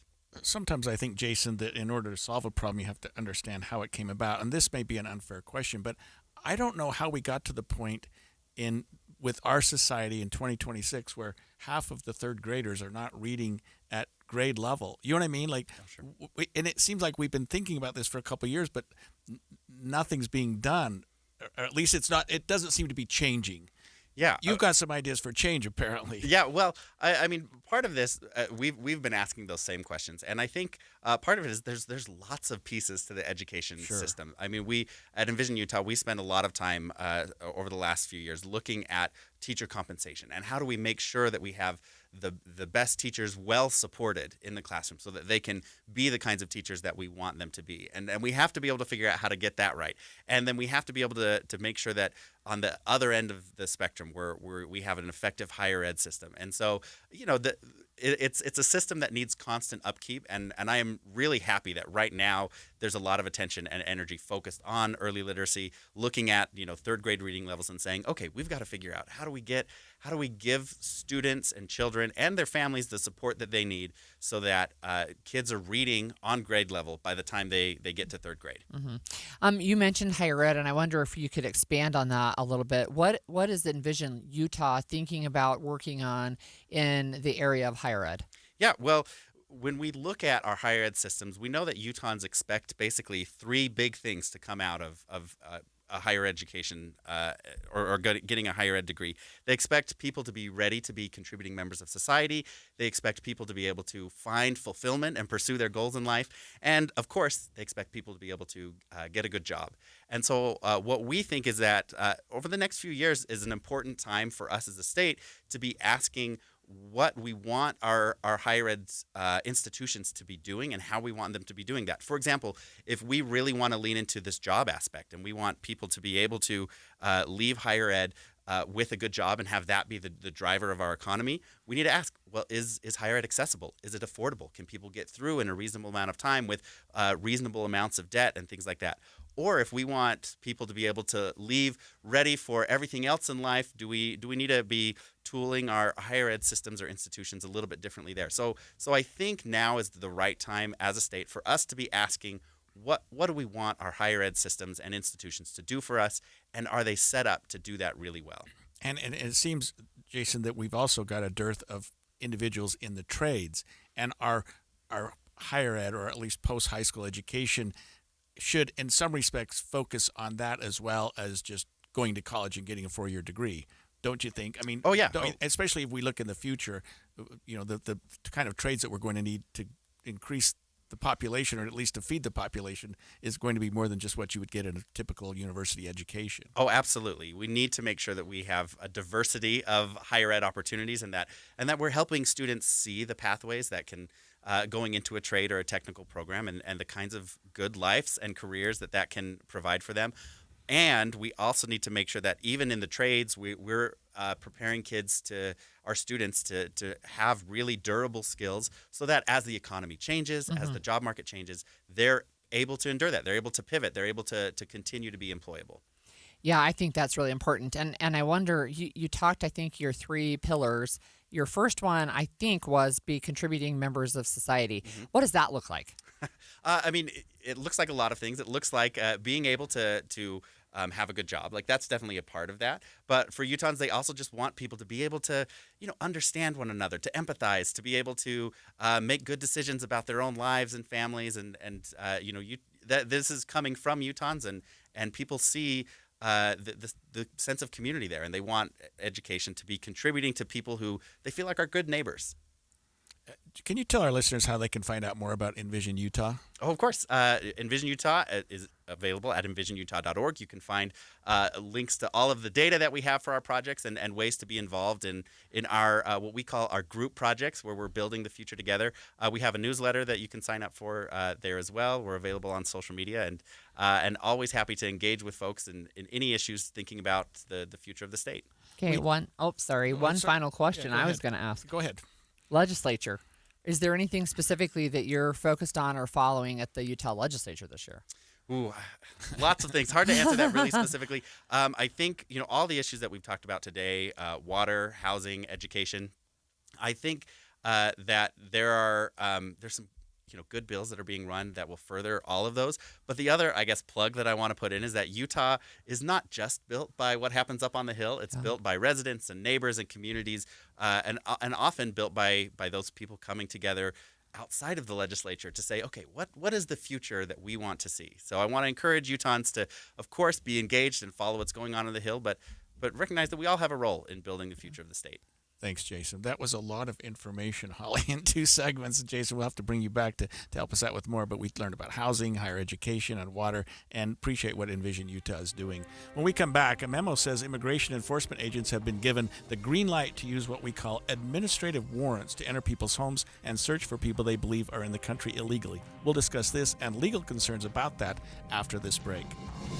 KSL FM Midvale. KSL Salt Lake City. From the KSL Common Spirit Health Studios, this is KSL News Radio. Utah's news, traffic, and weather station.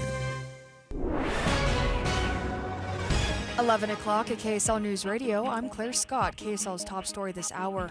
A 4.7 magnitude earthquake rocked parts of Utah and Wyoming this morning. It happened at 7:49 south of Evanston.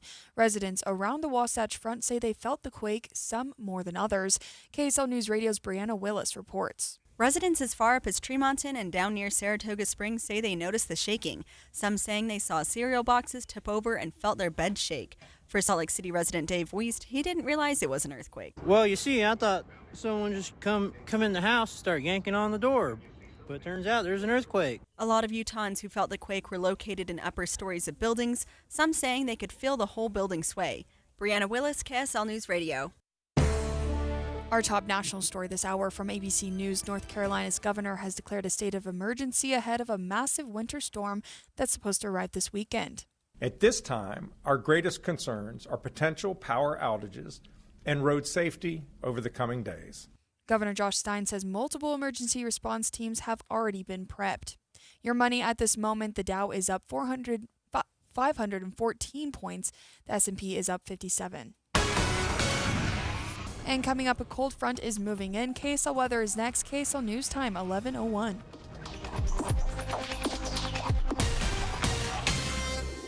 A reminder about the simplest way to get updated for your day. Hit your KSL preset when you jump in the car, and we'll take care of the rest. Hear key news updates and traffic reports. Andy and Amanda from 5 to 9 in your car. KSL News Radio at 102.7 FM. Logan Fury did something smart. He saved hundreds on auto insurance switching to Progressive.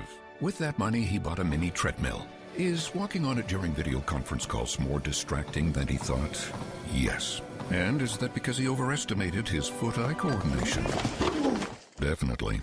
But it's Logan's savings, and if he wants to burn calories and any chance at a promotion, we say, good for you, Logan. Switch and see if you could save with Progressive and treat yourself. Progressive Casualty Insurance Company and Affiliates. Welcome to guided meditation. Close your eyes. You're at the beach. The seagulls are calling. You take out your iPhone 16e you got from Cricket and use Apple Intelligence to clean up that selfie you just took. It's a good one.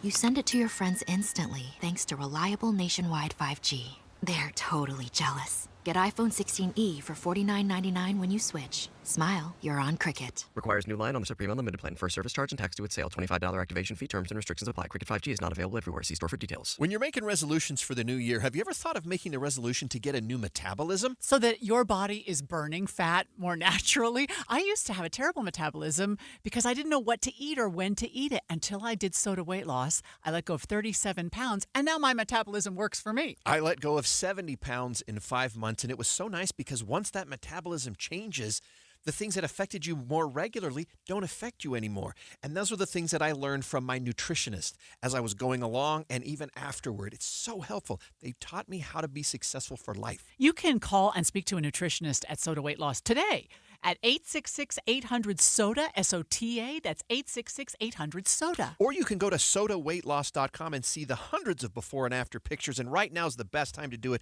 because if you join now, your partner joins for free, so you get 2 transformations for the price of 1. It's 866-800-SOTA. Because SOTA is, say it with me, Amanda, state of the art. Emergency traffic and weather together every 10 minutes on the 9s, brought to you by UCCU. Transfer savings, earn more. UCCU, love where you bank. Here's Michelle Rowe. Most of I-15 running smoothly, but we do have emergency traffic down in Utah County due to emergency pothole repairs. We do have all the lanes that have been slowed or stopped at different times as they're working on these repairs. You're backing up at this point. Your delays are going to start just north of Center Street in Provo, and that's going to head down. It's shifting quickly down toward 1400 North in Springfield. Are you tired of dealing with missing teeth? Are you ready to ditch the dentures? Experts at Stubbs Dental can change your life with dental implants. Get started at stubbsdental.com today. I'm Michelle Rowe in the KSL Traffic Center. Things will cool down this weekend in the Salt Lake Valley, but there are no real storms on the horizon. That cold front will break up our inversion, though, leaving fresher, cooler air. Temperatures start to creep back up on Monday. Right now it is 34 and partly cloudy. I'm Claire Scott from the KSL Common Spirit Health Studios. Listen online at kslnewsradio.com, or Utah's news, traffic, and weather station.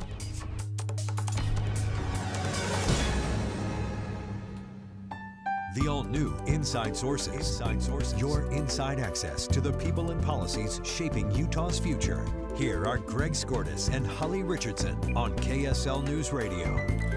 You know, Holly, one of the things that I did and I was assigned to do while I was at the district attorney's office was to review and write search warrants. And I was on call for law enforcement after hours to help them write search warrants when they wanted to go and do things such as enter a person's home, business, get their business records, something like that, even a search of a person's body for like DNA or something like that.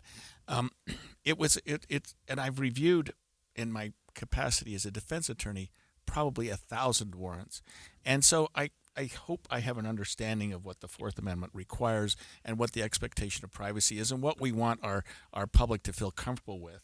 So I was concerned, and I don't want to preface this too much by that, but ICE has received some authority from the Trump administration to enter homes without a search warrant, without a classical search warrant that I'm talking about, and to use what's called an administrative warrant. So a warrant is an order by a judge. Sure. To do something. Okay. It can be an arrest warrant to go hook somebody up. It could be a search warrant to go search somebody. Okay.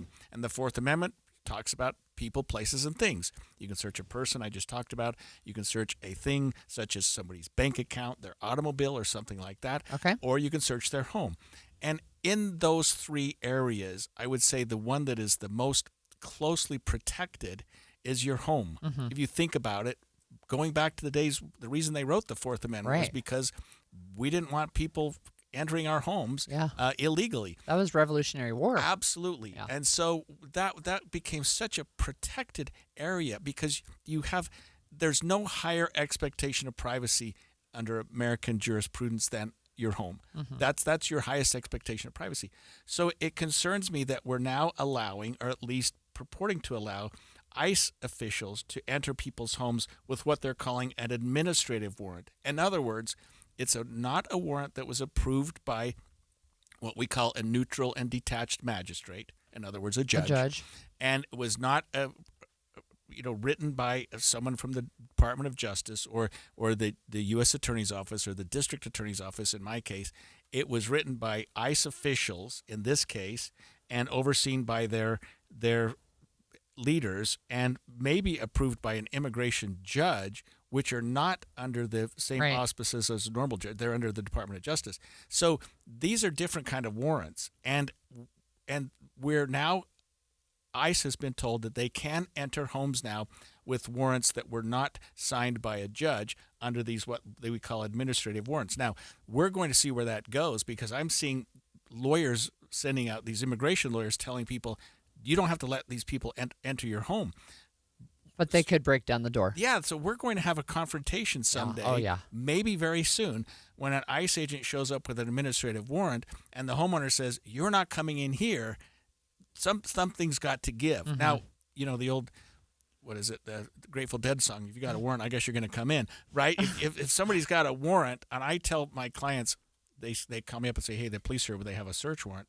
My first advice is sit down, cooperate and let them do their job. Yeah. It doesn't do any good when a judge issues a warrant to fight the officers when it's a lawful, judicially authorized search warrant. I mean, that's part of American law, and it has been since the enactment of the Fourth Amendment, which is, over 200 years ago.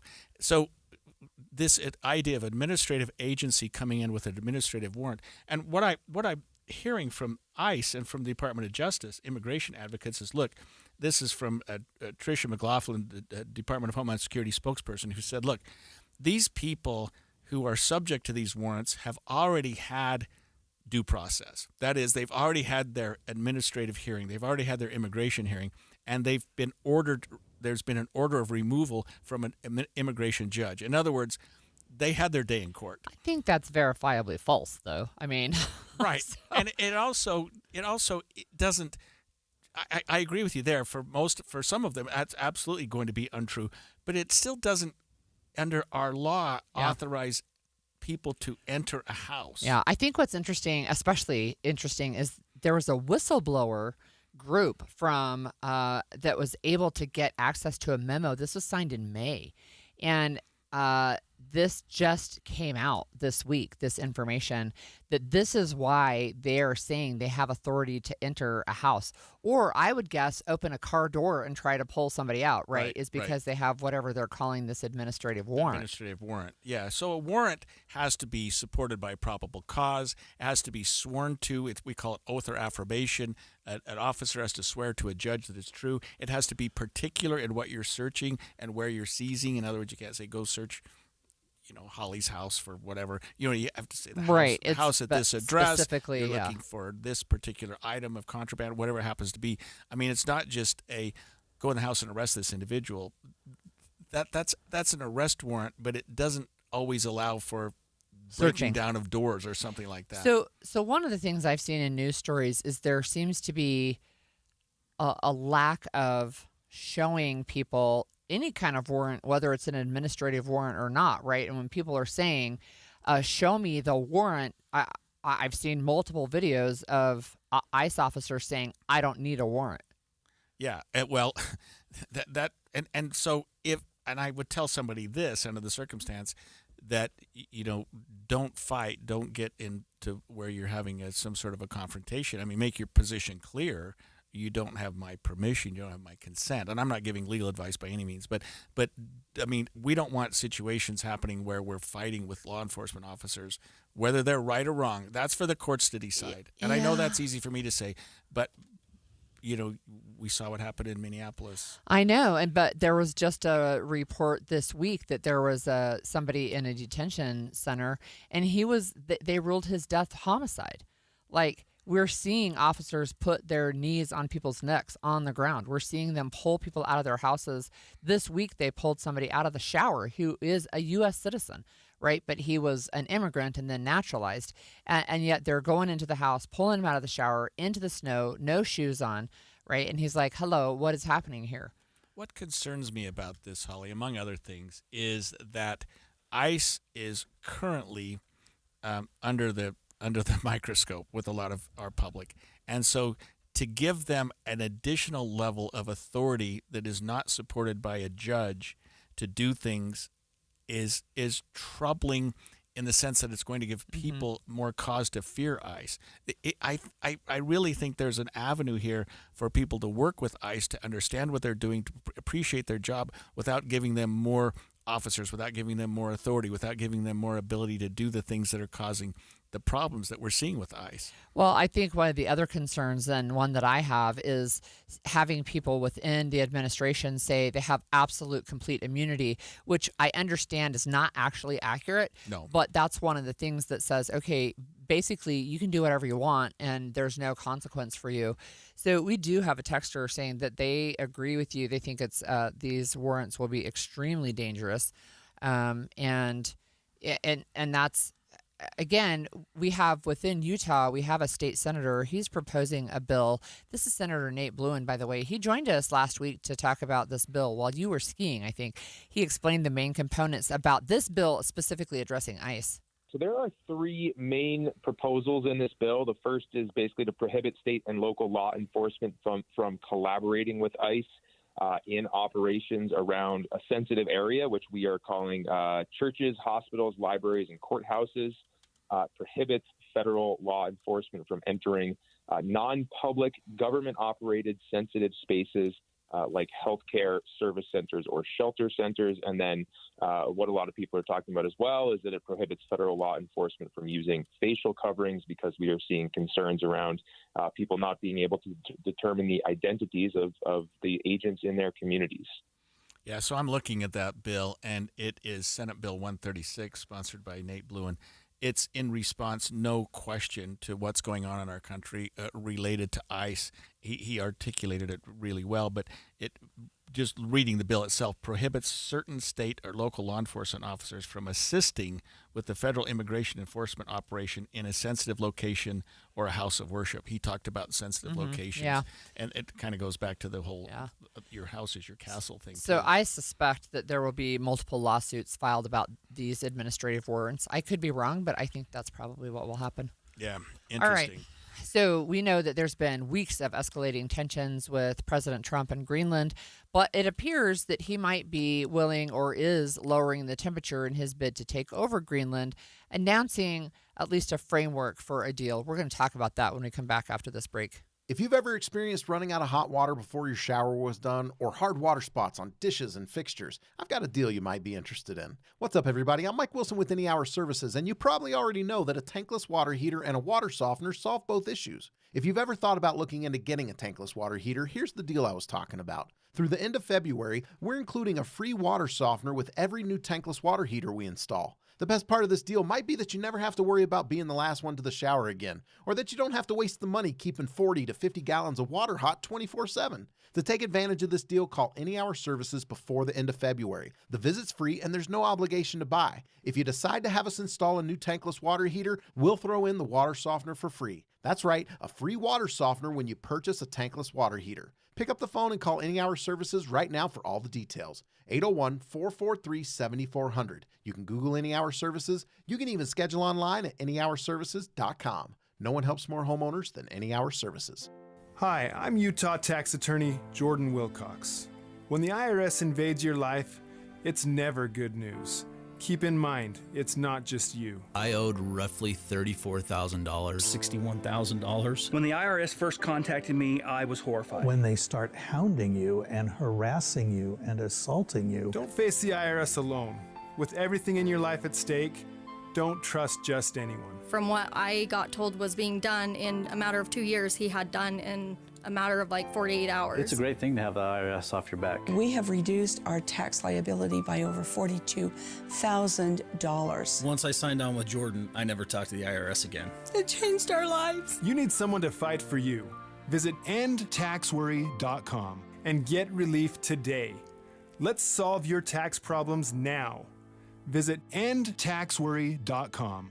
That's endtaxworry.com. I'm Ed Evans, CEO of Consumer Cellular. You know, the big wireless companies say they have discounts for people over 55. But unless you're willing to sit on hold and ask, you're probably paying more than you should. At Consumer Cellular, there's nothing to hunt down. We're built for people 50 plus with plans starting at just $20. And our 100% US-based customer service actually answers the phone. Call 1-888-FREEDOM or visit consumercellular.com today and get your second month free for a limited time. Taxes, fees, and other third-party charges will apply. See website for additional details. Tired of hearing scary radio ads about the IRS? Tax Relief Advocates is different. TRA is here to tell you that if you owe money to the IRS, whether it's $5,000 or $500,000, we have a solution. TRA can eliminate or reduce what you owe to the IRS with zero risk to you. We have over 1,000 five-star reviews on Google and an A+ with a BBB. End your tax nightmare today by visiting TRA.com or call 800-583-6681. That's 800-583-6681. Are you looking to upgrade your home this year? Advanced Window Products is your local window and door manufacturer that sells direct to the public. That's right, celebrating 40 years serving Utah since 1986. And right now, it's the New Year, New Window Sale. Get $2,500 off when you buy 10 windows or more. Our windows are made right here in Salt Lake City. Sales and installation are all in-house, meaning no middleman markups. You get the most affordable, high-quality custom windows in the state. We build it, we install it, and we guarantee it for life. Every window comes with a lifetime warranty, labor, glass, and parts included. serviced by our local team, and the warranty is transferable to the next homeowner. Financing is available too. Save now, pay later, with payments as low as $150 a month. Buy local and support the local economy. Don't wait. Buy 10 windows or more and get $2,500 off. Beat the rush and call today. Call us at 801-850-9100. That's 801-850-9100. Or visit us at advancedwindows.com. Hi, Grandma. What's for dinner? Hey, honey, I'm making stew tonight. Ooh, can Nina come over? I'm not sure about our new friend. I wonder if there's been any drinking going on. Alcohol at her age can lead to so many bad things. I've been meaning to ask you, what would happen if someone offered you a drink? Grandma? This is hard. She's so young, but I know I need to talk to her about it now before someone tries to give her alcohol. If anyone ever does offer you a drink, I want you to say no. I have too much respect for my family, and I don't want to get in trouble. Okay. Really? I promise, Grandma. I love you too. Okay, how about tasting this stew and telling me what you think? Some children may try alcohol as young as 9 years old. It's not too early to talk about drinking. For tips on how to begin the conversation, visit underagedrinking.samhsa.gov. That's underagedrinking.samhsa.gov. This message brought to you by SAMHSA and this station. And expanded Inside Sources. Well, after weeks of escalating tensions, President Trump appears to be lowering the temperature in his bid to take over Greenland, announcing a framework for a deal which could reportedly mirror a long-standing agreement in another part of the world. There was a meeting yesterday among a lot of the nations, and to break down what happened, here's ABC's Nicole D'Antonio. Trump backing down on his threat to use military force to seize the Arctic island and dropping his threats to impose new tariffs on allies who oppose a U.S. takeover. Greenland, a territory of NATO member Denmark, is home to fewer than 60,000 people, but it sits in a strategically important location between the U.S. and Russia and contains massive deposits of rare earth metals. Instead of buying the island outright, the New York Times reports the U.S. is now discussing obtaining key pockets of sovereignty on Greenland. And the event that I was talking about is the World Economic Forum in Davos, Switzerland, where we learned a lot about this. It's interesting. So here's a couple of things like we've talked on our show. In fact, we asked Representative Celeste Malloy, who came in studio last week, is President Trump going to invade Greenland? Are we going to invade? And she said, I don't think so. And he announced at some point that he wasn't going to use force. Right, but he announced that like this week, right? He was saying, I'm mobilizing the military and we're going to do X, Y, Z. So here is just, it's a rhetorical question, really. I realize that for you. But is this just business as usual for the president? You put this thing that's out there that's so outlandish and outrageous that when people say absolutely not, and you then come back down, like you still get more than what you were hoping for, but you just... it certainly we're worked out with of tariffs, a lot of cages. It Yeah, worked with tariffs. We were all afraid of 100% tariffs, and now we're living with 10-20% tariffs as though it's nothing. It's like, for the okay, same well, it's reason, better. Had he come out of the chute with 10% tariffs, we'd have gone, what are you doing? Now it's like, whoa, that's a great deal. And so I think that's what's going to happen here with Greenland. And I would say this also, it may be much ado about nothing because the United States has a base in Greenland. They have a military base, and the authorities in Greenland and in Denmark have said, whatever you need to do, we'll support you. If you need to increase the number of people there, if you want a better presence there, that's fine. I think you could do all of that without owning Greenland. Well, I think there's, because of the framework of this deal we're going to listen to in just a second, but I think one of the issues is now we have basically punched our friends in the face, right? We have made the Danes mad. We've made the Greenlanders mad. And they're protesting against the quote-unquote takeover, where they would have said, come on in, you're welcome here. You can even store nukes here if you want, which we had in the past. Now they're angry, and they don't want us anywhere near their island. Yeah, and of course, you've got NATO, which is now being attacked from within, arguably. Yeah. I mean, Germans, French, other countries have been starting to move troops into Greenland. Yeah. I mean, what are we talking about here? Well, here's Caleb Silver, editor-in-chief of Investopia, on Trump's reversal of his tariff threats, which he had same kind of thing we were to talking oppose. about. Right. Yeah. every year you get something that dominates the conversation, but nothing to this scale where everybody's sort of weighing on the next move, and it's a minute-by-minute development, and everybody's reacting in real time. So you're seeing interviews from executives, you're seeing interviews from leading economists and strategists who are reacting to every word the president said. The United States has been very forceful and very aggressive. The spirit of dialogue is not really burning bright in Davos right now. It's really been the U.S. story and the story, as I say, of economic imperialism that you see manifesting right now, whether it's through threats of tariffs or whether it's through outright invasions of countries like Venezuela.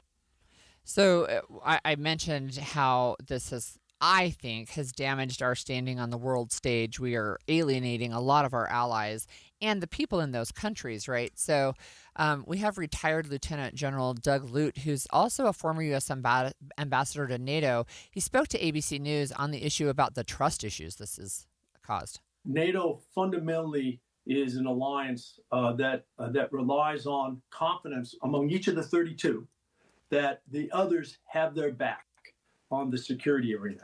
And I think episodes like this Greenland episode over the last several days begins to erode that trust and causes NATO allies to wonder, is the U.S. really there for us? Oh, I think this is damage that is, and there's already been some damage to NATO. The administration came out of the chute early on and insisted all the other countries support NATO and that not just be the United States carrying all the load, which I think a lot of people felt was appropriate at the time. A lot of Trump supporters felt that was something that could be done. But now NATO's, I think, on the brink. I agree with that. And, you know, it's supposed to be, in my mind, in my head, this is the way I explain it to myself, all for one and one for all, right? We're the three musketeers. So if one gets attacked, we're all attacked and we're all going to defend. But what happens when it comes from within, right? That's the issue. And I think when we talk about, I've seen this coming from the administration saying, well, basically, what have they ever done for us? Well, there's only been one country that invoked the all for one and one for all, and that was the United States. And we asked for help, and they came to our help. And people from Greenland and Denmark died in that. That was in Afghanistan, right? Where we said, hey, we need some help here. And people responded. People from NATO responded to the call. So it's an issue that I have to wonder if this is just one way that the president does business. You've mentioned tariffs. He's done it with Greenland. I will mention that we're now more than a month past when the Epstein files should have been released. And some people are saying maybe all of this is just a distraction. I don't know. Yeah, and I don't know. I mean, when we talked about Greenland a month or two ago, whenever that started coming out, I thought it was sort of like the Gulf of America, another whatever. But it got more and more heated, and some of the people in his administration were saying, no, this is a serious deal. Then we were talking about invading Greenland. Like, what are you talking about? Right. And then boots on the ground. Well, we may not invade them, but then we'll buy it from who? I mean, is it for sale? I don't know. I mean, I understand the strategic importance of that area, that part of the world. But I also think, and apparently Trump realizes now in terms of his, the agreement that he's formed, that there may be a compromise here which allows the United States to have access to Greenland, and maybe even access to some of the precious metals or whatever else they have that is of interest, and notwithstanding its strategic location and ability to house a large U.S. base, which may, as a result of this, be being expanded. So again, one of the things I think about this approach is that it does damage the trust, and we had we had an offer not only to invade, but then after that to buy, and there's 50,000 residents or so in Greenland. And supposedly we were going to pay the government, but also pay each Greenlander $100,000 each. And they're like, you can't buy our country and our loyalty. But here's the deal with the deal is it's not they don't have a deal. It's the framework of a deal, of a future deal. But now President Trump has said, okay, well, I was going to impose tariffs on people who were opposing me taking over Greenland, on the countries. And he said, now I'm not going to impose those tariffs, but it is looking at renegotiating a 1951 agreement that formalized U.S. military presence on the island. But, it's again, it's something that was already there. Yeah. And it's that sort of the candle in the wind. I mean, one day we're going to invade Greenland. The next day we're going to impose tariffs. The next day we've come to a conclusion. I mean, who knows what tomorrow is going to hold? Maybe we'll have a secret invasion like we did in Venezuela. Yeah, I don't know. That would be terrible. Who are we going to take out? Our allies? Right. So also the other thing is Greenland and Iceland are two different places. And when President Trump was speaking yesterday, he called Greenland Iceland 4 different times in his speech. And I don't know if that made the people in Iceland start to get a little jumpy. We're next in line here. We well, might be. hopefully cooler heads prevail and we don't have to have this conversation and Greenland's sort of a part of the past. But what we don't know, and I think what a lot of people want to know, is what did happen behind closed doors? What kind of agreement was forged? Because it seems like people came out and said, hey, we've come to an agreement, but nobody except the people involved in that agreement know what that is right now. Well, the best I can see right now on news sites is saying the framework is to go back to the 1951 agreement. Yeah, well, and maybe recodify. I don't know. Maybe that makes sense. Maybe something like that makes sense. I'll tell you something else that makes sense. I think so. A prominent Democrat is signaling a run for president in 2028, but he's saying there should be a mandatory retirement age of 75 across all 3 branches of government. That is, our congressional representatives can't serve after 75, judicial officers after 75, and the administration, the president, after 75. That would and key cabinet members even. That would disqualify a few people already, and it's certainly raising some eyebrows. We'll talk about that, what it could mean when we come back. 11:30 at KSL News Radio. I'm Claire Scott. KSL's top story this hour. A 4.7 magnitude earthquake was felt by thousands around northern Utah this morning. It was centered about 25 miles south of Evanston, Wyoming, near the Uintas. Geologists say it struck deep in the ground, which makes it more difficult to study. KSL News Radio's Randall Jepson has more. The earthquake epicenter was 9 miles deep, according to Adam McKean. He's the Utah Geologic Survey Hazards Program Manager, and he tells Inside Sources, right now, pinpointing the exact fault line, it's going to be tough. Without a larger earthquake rupturing the ground surface, it's really difficult for us to know which fault it is on. As to why some people felt the shaking and others didn't in the same house, he says there's a lot of variables, including your exact location and what you were doing at the time. Randall Jepson, KSL News Radio. And we do have breaking news. President Trump has announced he's suing J.P. Morgan Chase and its CEO in the $5 billion lawsuit. The president accuses the bank of denying him service for political reasons. Trump says J.P. Morgan closed his accounts in 2021 following the January 6th riot at the U.S. Capitol. The bank says the lawsuit has no merit. Your money at this moment, the Dow is up 429 points. The S&P is up 53 points. And coming up, a dip in temperature. KSL weather is next. KSL News Time, 11:31.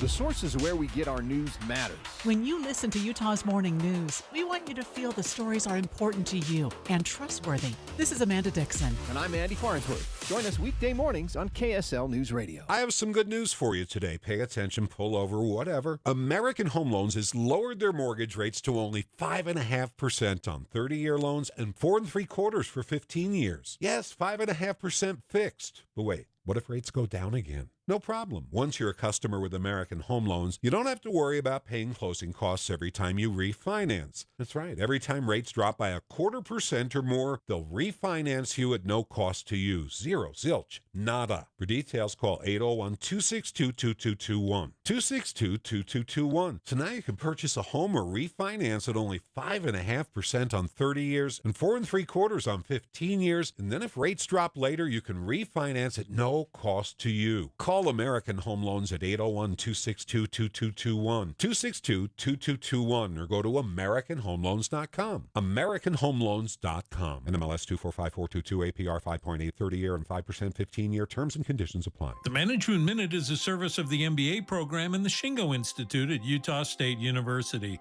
I'm Professor Scott Hammond. When the critical mass of an organization is about defending the status quo, doing things the way they've always been done, then you see a certain pattern.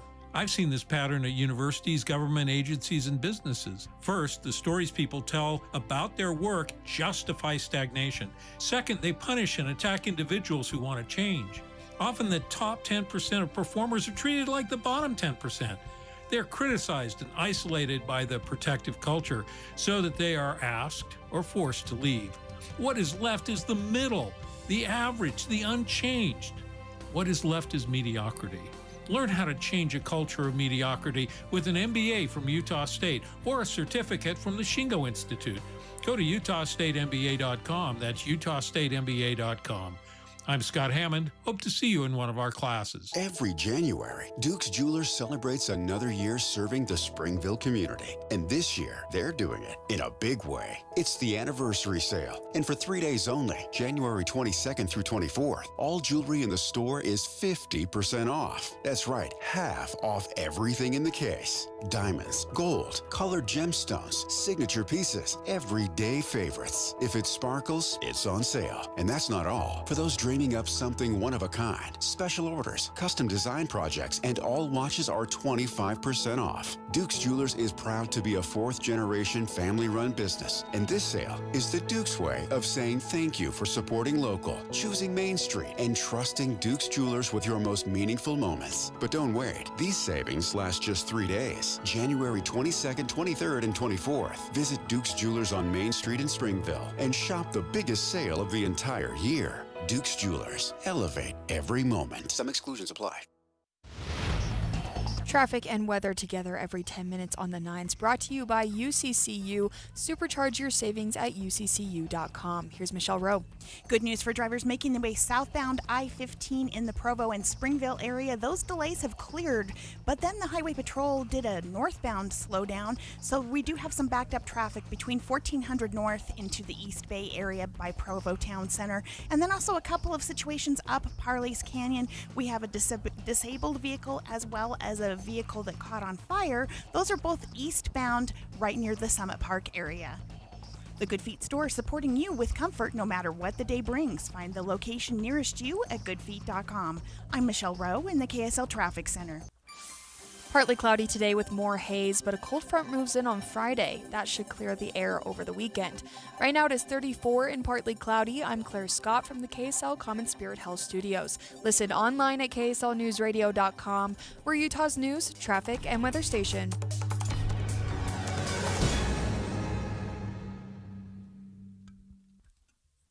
Will you still need me?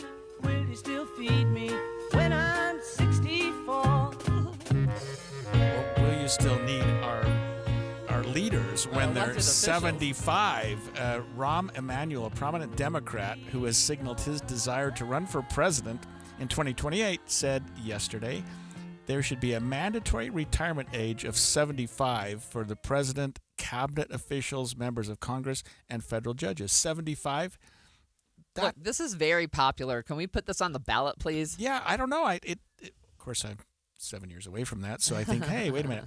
But I do agree that there has to be an age limit. There should be an age limit. There should be a term limit too, but that's a different question. And we would like you to text us at 57500 if you think 75 is the right age to limit all three branches of government. That includes just not only the president, but cabinet members, Congress, and federal judges. I think it's cabinet officials, but I think, look, one of the things during the Biden administration are people like, he's too old. But President Trump is like, I don't know, a year and a half, 2 years, something younger than President Biden. I think he's 79. He's going to turn 80 this year. Right. Yeah, he'll turn 80. We've seen, of course, President Biden certainly had some issues going on at the end of his term. President Trump seems to be having some issues, whether you want to admit it or not. He seems to be dozing off periodically. At least people say that. Who knows? But and I don't know whether it's related to age or he's just overextended. Who knows? But I've seen in my own practice judges who stuck around a little bit too long. Yeah. I mean, I've seen that. And, and we've seen it even on our elected officials without naming anybody that I'll submit President Biden probably stuck around a little too long. He was 81, and I think in Utah, one of the things that we see here is we're used to seeing people in leadership positions who may be on the older side. but within the Church of Jesus Christ of Latter-day Saints, right? Our current president is in his 90s. And when President Russell M. Nelson passed away, he was 101. Right. So, I mean, that's an example of why this doesn't make sense, because Russell M. Nelson was still nailing it. He was. When he was 99, 100 years old. Yeah, that's right. So it's just interesting. And here's what I told you during the break. I love this idea. I've loved it for a while. I love the term limit idea, actually, because we had a conversation last week when you were out with Steve Handy was my co-host, and we talked about how power changes your brain. And the more you're exposed to it, the more it changes your brain, and you think you're above the rules. And, we know the saying that power corrupts and absolute power corrupts absolutely. So sometimes that's an argument for term limits. But here's the problem. If you have to have the people this would impact vote on it, never going to pass. Right, because a lot of them are 75 or older, or at least will be before they finish serving. When you think about, well, I don't want to talk about term limits too much, but when you think about the judiciary, because they serve for life, it is sort of a term limit. If you say life means until you're 75. That's right. And you could say there are some Supreme Court justices who have retired. They've decided to step away from the bench. We do have one texter who said, absolutely, yes, that age limit should be set at 72, even younger, and a maximum of 3 terms. And another reminds us that President Reagan had issues at the end of his administration. He was 77.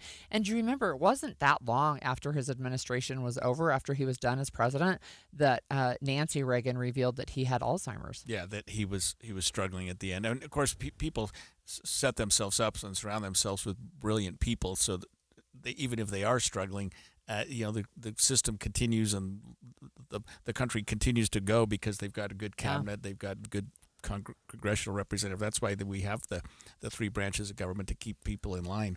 Yeah, but if they're all in their 80s, I mean, I don't know. This is never going to pass, I don't think. Unless it became a popular vote, then it'd pass in a minute. Well, I don't know how they would do it as a popular vote, right? So it would have to be, 16 states have term limits for their state legislators.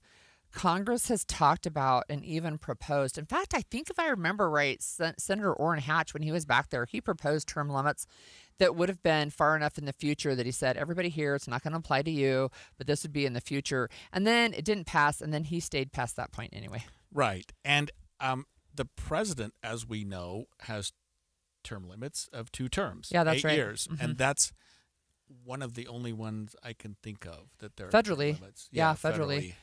So in 2023, look, voters, that's what I'm saying is if this would go in front of the voters, this would pass absolutely. So in 2023, polling from the Pew Research Center found 82% of Republicans and 76% of Democrats backed a maximum age limit for federal elected officials. And they backed almost the same percentages, backed age limits for Supreme Court justices. Yeah, I guess I'd put it a little higher than 75. But one of our texters said a little bit lower, 72. One said a little lower, and another one said we shouldn't compare the government to a religious organization. And another one mentioned President Nelson, like we just said. And then another one about the church, just saying nobody wants to mention it, but the older ages of church presidents here has been a problem since at least 1941. So that's a different take as well. Yeah. And look, we've looked at the Catholic Church as well, and it wasn't so we have Pope Leo. Before him, we had Pope Francis. The one before that, I think, is the one that stepped away and said, I'm retiring. I'm stepping away.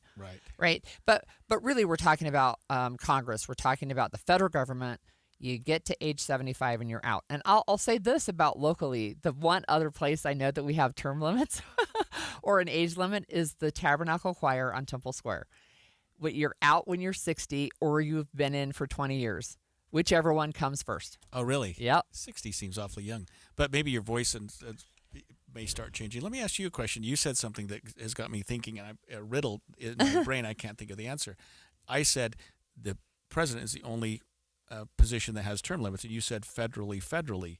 Are there state offices that have term limits? Yeah, there are. So there are 16 states that put term limits on their elected officials. So, in fact, we know that there are several governors who had to rotate out because they hit term limits. We don't have those here in our state. Okay. I was thinking not in Utah. Right. Yeah, not in Utah, but in other states, we're not even up to half yet. But there are other states that say, look, you're going to have term limits, and you are term limited out. I think California is one of those, actually. Yeah. So I mean, it's also good, I think, that we're talking about Rahm Emanuel's proposal that there be mandatory retirement age for all three branches of government. I was going to say, I think it's appropriate that it apply to all three branches of government. Yeah. That yeah. you not You're say, right. Yeah. well, judges are this and well, Congress and not only members are that, but cabinet officials, right? Because sometimes you get, well, those are the quote unquote unelected bureaucrats and they can stay forever.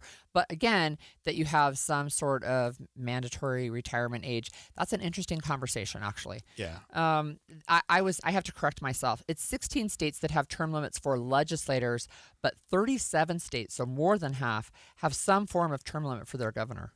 Not us. Not us. Yeah, that's what I thought.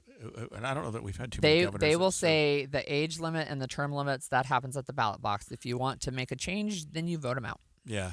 Well, it doesn't seem to be happening, and I don't know that this is going to pass either. It's certainly not going to get through Congress when you have probably a quarter of the members that would be voting themselves out of office. All right. Look, I have, speaking of bills that won't pass, iPhone or Android? I went to iPhone because my kids told me to, but I was a huge Android fan before. Okay, well, there's a bill on Utah's Capitol Hill that wants to make Android the state's mobile operating system. We're going to talk about that when we come back.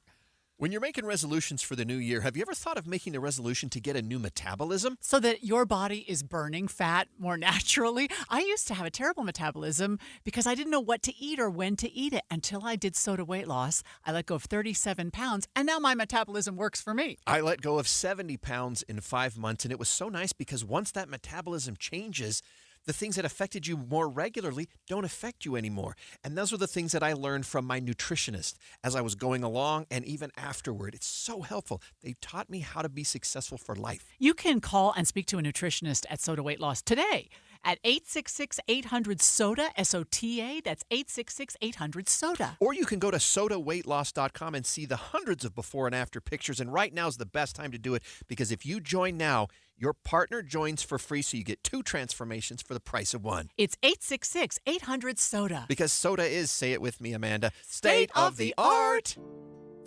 More than 50 million Americans suffer from a form of mental illness.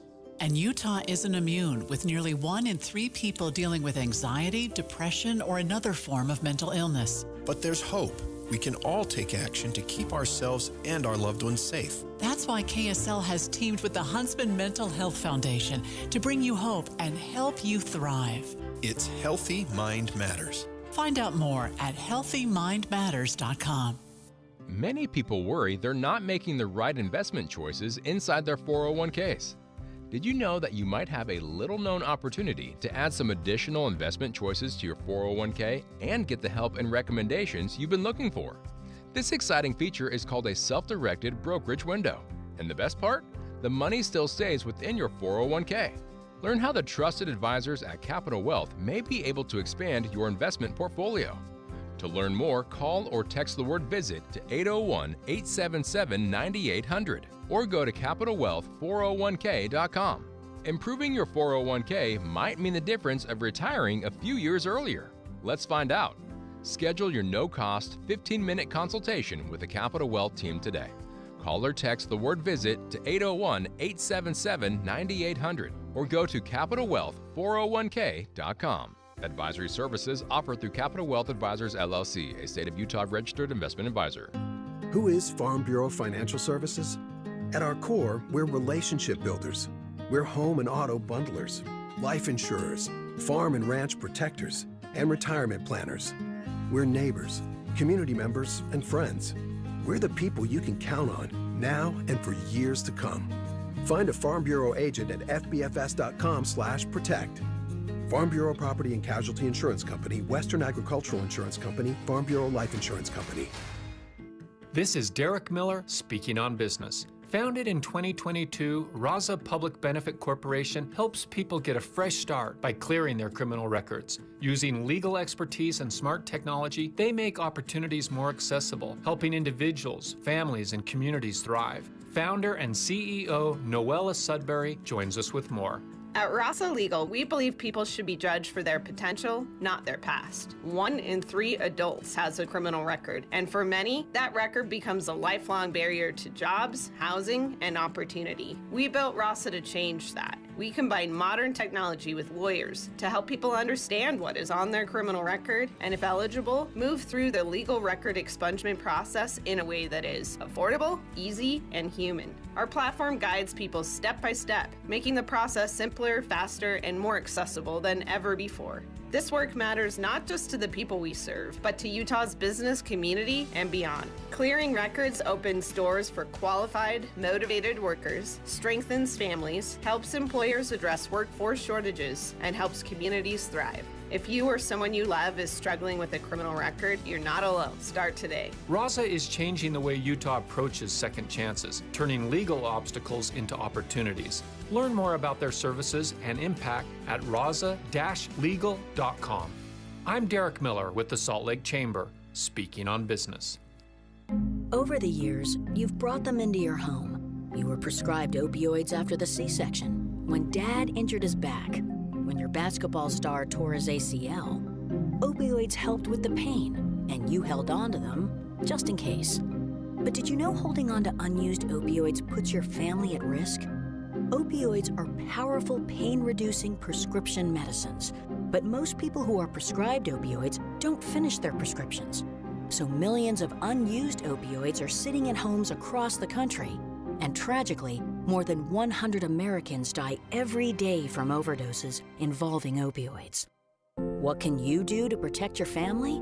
Remove the risk of unused opioids from your home. Pills, patches, or syrups in drawers, purses, and cabinets, anywhere they might be hiding. To find out how to dispose of them properly, visit www.fda.gov/drug disposal. And expanded Inside Sources. Inside Sources. Welcome back to Inside Sources. We talked about the Greenland issue, and we have a bit of an update, Holly. This is kind of good news, isn't it? Oh, no, I don't know. So when I do my newsletter, the Utah Policy newsletter every day, I always have to pick a tweet of the day. So I picked this one today. And because we know that President Trump had talked about buying Greenland. So more than 200,000 Danish citizens signed a petition to buy California as a response to Trump's attempt to take Greenland. And they said this, they said, "We will provide Californians with, quote, rule of law, universal health care, fact-based politics, and a lifetime supply of Danish pastries." Good for them. I bet they can't afford Somebody California, had a actually. sense of humor. Or maybe you could do a land swap. We'll swap you Greenland for California. Yeah. I don't know that that's ever going to fly either. All right, look, we're going to talk about a bill that's on Utah's Capitol Hill. It's just kind of it's a funny one, and I know there are people who are not happy that the legislators sometimes inject some humor. Sometimes they're serious about these bills that you think are not serious. But this one is Senator Kirk Collimore, and you know we have a state cooking dish. I think it's the Dutch oven, and we have a state bird, and we have a state tree. Well, he said we need to have a state mobile operating system, and he wants it to be Android.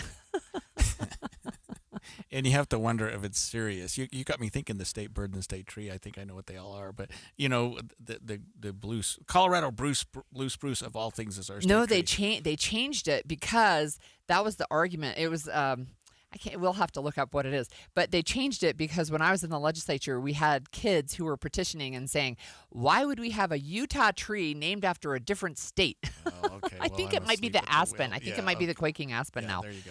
Okay, anyway, so that bill, in fact, Senator Mike McKell said, come on, are you serious? And he's like, yeah, I'm serious. And then he said, I don't think it's going to pass, but but he is annoyed that when he's in a conversation with people who have iPhones, it doesn't keep all the messages together. It like separates them. I see that too. It is annoying. I'm reading something to my surprise, which is that the Android is the world's most popular mobile device. I would have thought iPhone by a long shot. No, because iPhones are so expensive. So think about the rest of the world who can't afford $1,000 for a phone. You can get Androids for much, much less than that. Well, I mean, I don't know that bill's going to get too far. No, but it's a fun one to talk about. So, and in fact, I know Maria's show, they're going to talk about that a little bit more. So, I also wanted to just do a little quick follow-up on our discussion about the earthquake that happened today. 4.7 magnitude hit Utah at 7:49 in the morning. The epicenter is just south of Evanston, Wyoming. And one caller, Chris from Kearns, shared their experience with us this morning. Sounded like a gust of wind and just a little rumble on the bottom of the bed. And I'm like, okay, I guess that was an earthquake or a truck going by or something. Yeah, so we learned that at 7:49 this morning, just south of Evanston, Wyoming, a magnitude 4.7 earthquake hit Utah. And we heard from a number of our listeners, and this was really interesting because it almost depended on where you were. I mean, somebody's driving their car in Ogden and they feel it. Somebody's asleep or at home in Evanston and they don't feel it. Yeah. And it was right there. It was 9 miles deep. I don't know how they That's figured that deep, out. right? Somebody's got some pretty interesting seismology. Yeah. I did want to share our listeners. So when we talked with the geologist who joined our show, he mentioned several websites. So there is one that's earthquake.usgs.gov, and then they want you to report if you felt it or not. So I'm looking at the map, and there's actually a lot more people who felt it in Utah than felt it in and around Evanston, which is super interesting. But there's also earthquakes with an S .utah.gov, and I went there to look at it, and it talks about, first of all, the number of earthquakes per year worldwide based on their strength, on their magnitude. So there's over 1 million earthquakes every year that are basically a 2 on the Richter scale. There's 3, there's average 6 per year that are 3 on the Richter scale. There's an average of 1 per year that's a 4 on the Richter scale. So that's where we are, is in that 4 to 5 range. Yeah, that's interesting. You kind of like to have experienced a earthquake, except when you're experiencing it. You know what I mean? As long as it's a mild one. People always say, "Oh, I wish I could feel an earthquake. I really want to know no. what that's like." But I remember experiencing the one in 2020 and thinking, this is bad. Yeah. I mean, my building was shaking, and I did and not like that feeling. One of the things that's interesting to me about earthquakes and the way they measure is that each number that you go up is an order of magnitude. Right. Yes. So it's not like it's just 10% more. Right. It's a lot more. Right. Because it's an order of magnitude. Right. higher. Yeah. A 4 is, I think, 100 times stronger than a 3. That's right. It's something like that. Not a so third stronger. The largest earthquakes ever recorded, this is just earthquake FYI, were in the 9 range. Nothing's ever hit a 10 yet, but the very most severe was in Chile in 1960, but the second most severe was in Alaska in 1964, and I've seen pictures and stuff of that. It was just awful. How bad was that one? Oh, in the 9s. It was 9 point something. Oh, wow. Yeah, it was really bad. Extensive loss of life. Yeah. Okay. Today, there's a special day today. What's that? It's the start of the Sundance Film Festival in Utah, and it's the first since its founder, Robert Redford, passed away, and it's the last one in Utah. Yeah, here's KSL News Radio's Adam Small with details. Today marks the beginning of the end of a 42-year tradition in Park City as the Sundance Film Festival prepares to move to Boulder, Colorado starting next year. There will be 90 feature films between today and February 1st, featuring actors like Natalie Portman, Olivia Wilde, Seth Rogen, and Channing Tatum. Though the focus of this festival won't be on the A-listers, it's going to be on the legacy of the festival's founder, Robert Redford, who died in September at the age of 89. Organizers have planned several tributes to Redford, including Friday night's fundraising gala, and later in the festival, they plan to screen Redford's 1969 film Downhill Racer. Adam Small, KSL News Radio. Not my favorite Redford film, but you gotta, that's sad. I hate to see Sundance leave just because it's been such a, what did you say, 42 years? Yeah. It's been such a huge part of our state. Well, I'll drive to Boulder. And Sundance is, there's a ski resort. It's not just a random name. Yeah.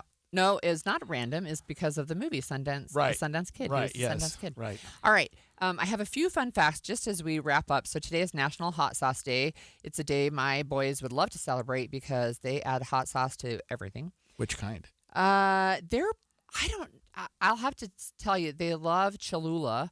But they also, like, we go to the store, it's like you get these little teeny bottles, and it'll say something like habanero hot sauce or burn your mouth hot sauce. Right. I mean, they get the ones like that. And they don't like the ones that are vinegar-based as much. Yeah. They like the ones that are, like, chili. I find hot sauce less appealing the older I get. Yeah. I don't like hot sauce. So on this day, which is January 22nd, in 1946, President Harry Truman created the Central Intelligence Group, and that's the predecessor to the CIA. Today's CIA. Yeah. Yeah. Yep. In 1973, the U.S. Supreme Court ruled on the first time on Roe v. Wade. So that was 1973. 73, and it lasted for close to 50 years. Yeah, 50 years. Right, because Yep. Dobbs set it aside, like you say, about 3 or 4 years ago. Yep. This is 1997. The United States Senate confirmed Madeleine Albright as the first female Secretary of State. And Madeleine came out to the Wasatch Speaker Series that I told you I go to. Oh. And she has passed away since then, but it was really fun to listen to her talk about her experiences kind of stepping into that role as the first female Secretary of State. So that was Trivia, fun. which I don't remember. Under what president did she serve? So 97, it was a Democrat. Who would that have been in Clinton, 97? maybe? Yeah, I think it was Clinton, actually. Okay, and speaking of presidents, today is actually President Trump's anniversary with Melania, and they were married on this day in 2005, so it's 21 years for them. And coincidentally, a movie has come out about her, or at least a TV Yeah, movie or something. a documentary, I think, on Netflix, something like that.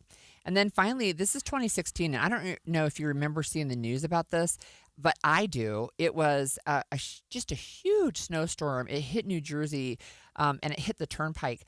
500 motorists were stranded for 24 hours. They just couldn't go anywhere. What year was that? That was 2016. 10 years ago today. Oh, just a few years ago. Yeah. And speaking of that, we have a major, major storm not hitting Utah, but hitting other parts of the United States this weekend, and they're like really doubling down. We need a storm. Well, that's it for Inside Sources today. Midday with Maria Shileos is up next with continued coverage of today's news, including the chance of aftershocks after this morning's 4.7 magnitude earthquake that happened near the Utah-Wyoming border south of Evanston. Stay with us here on KSL.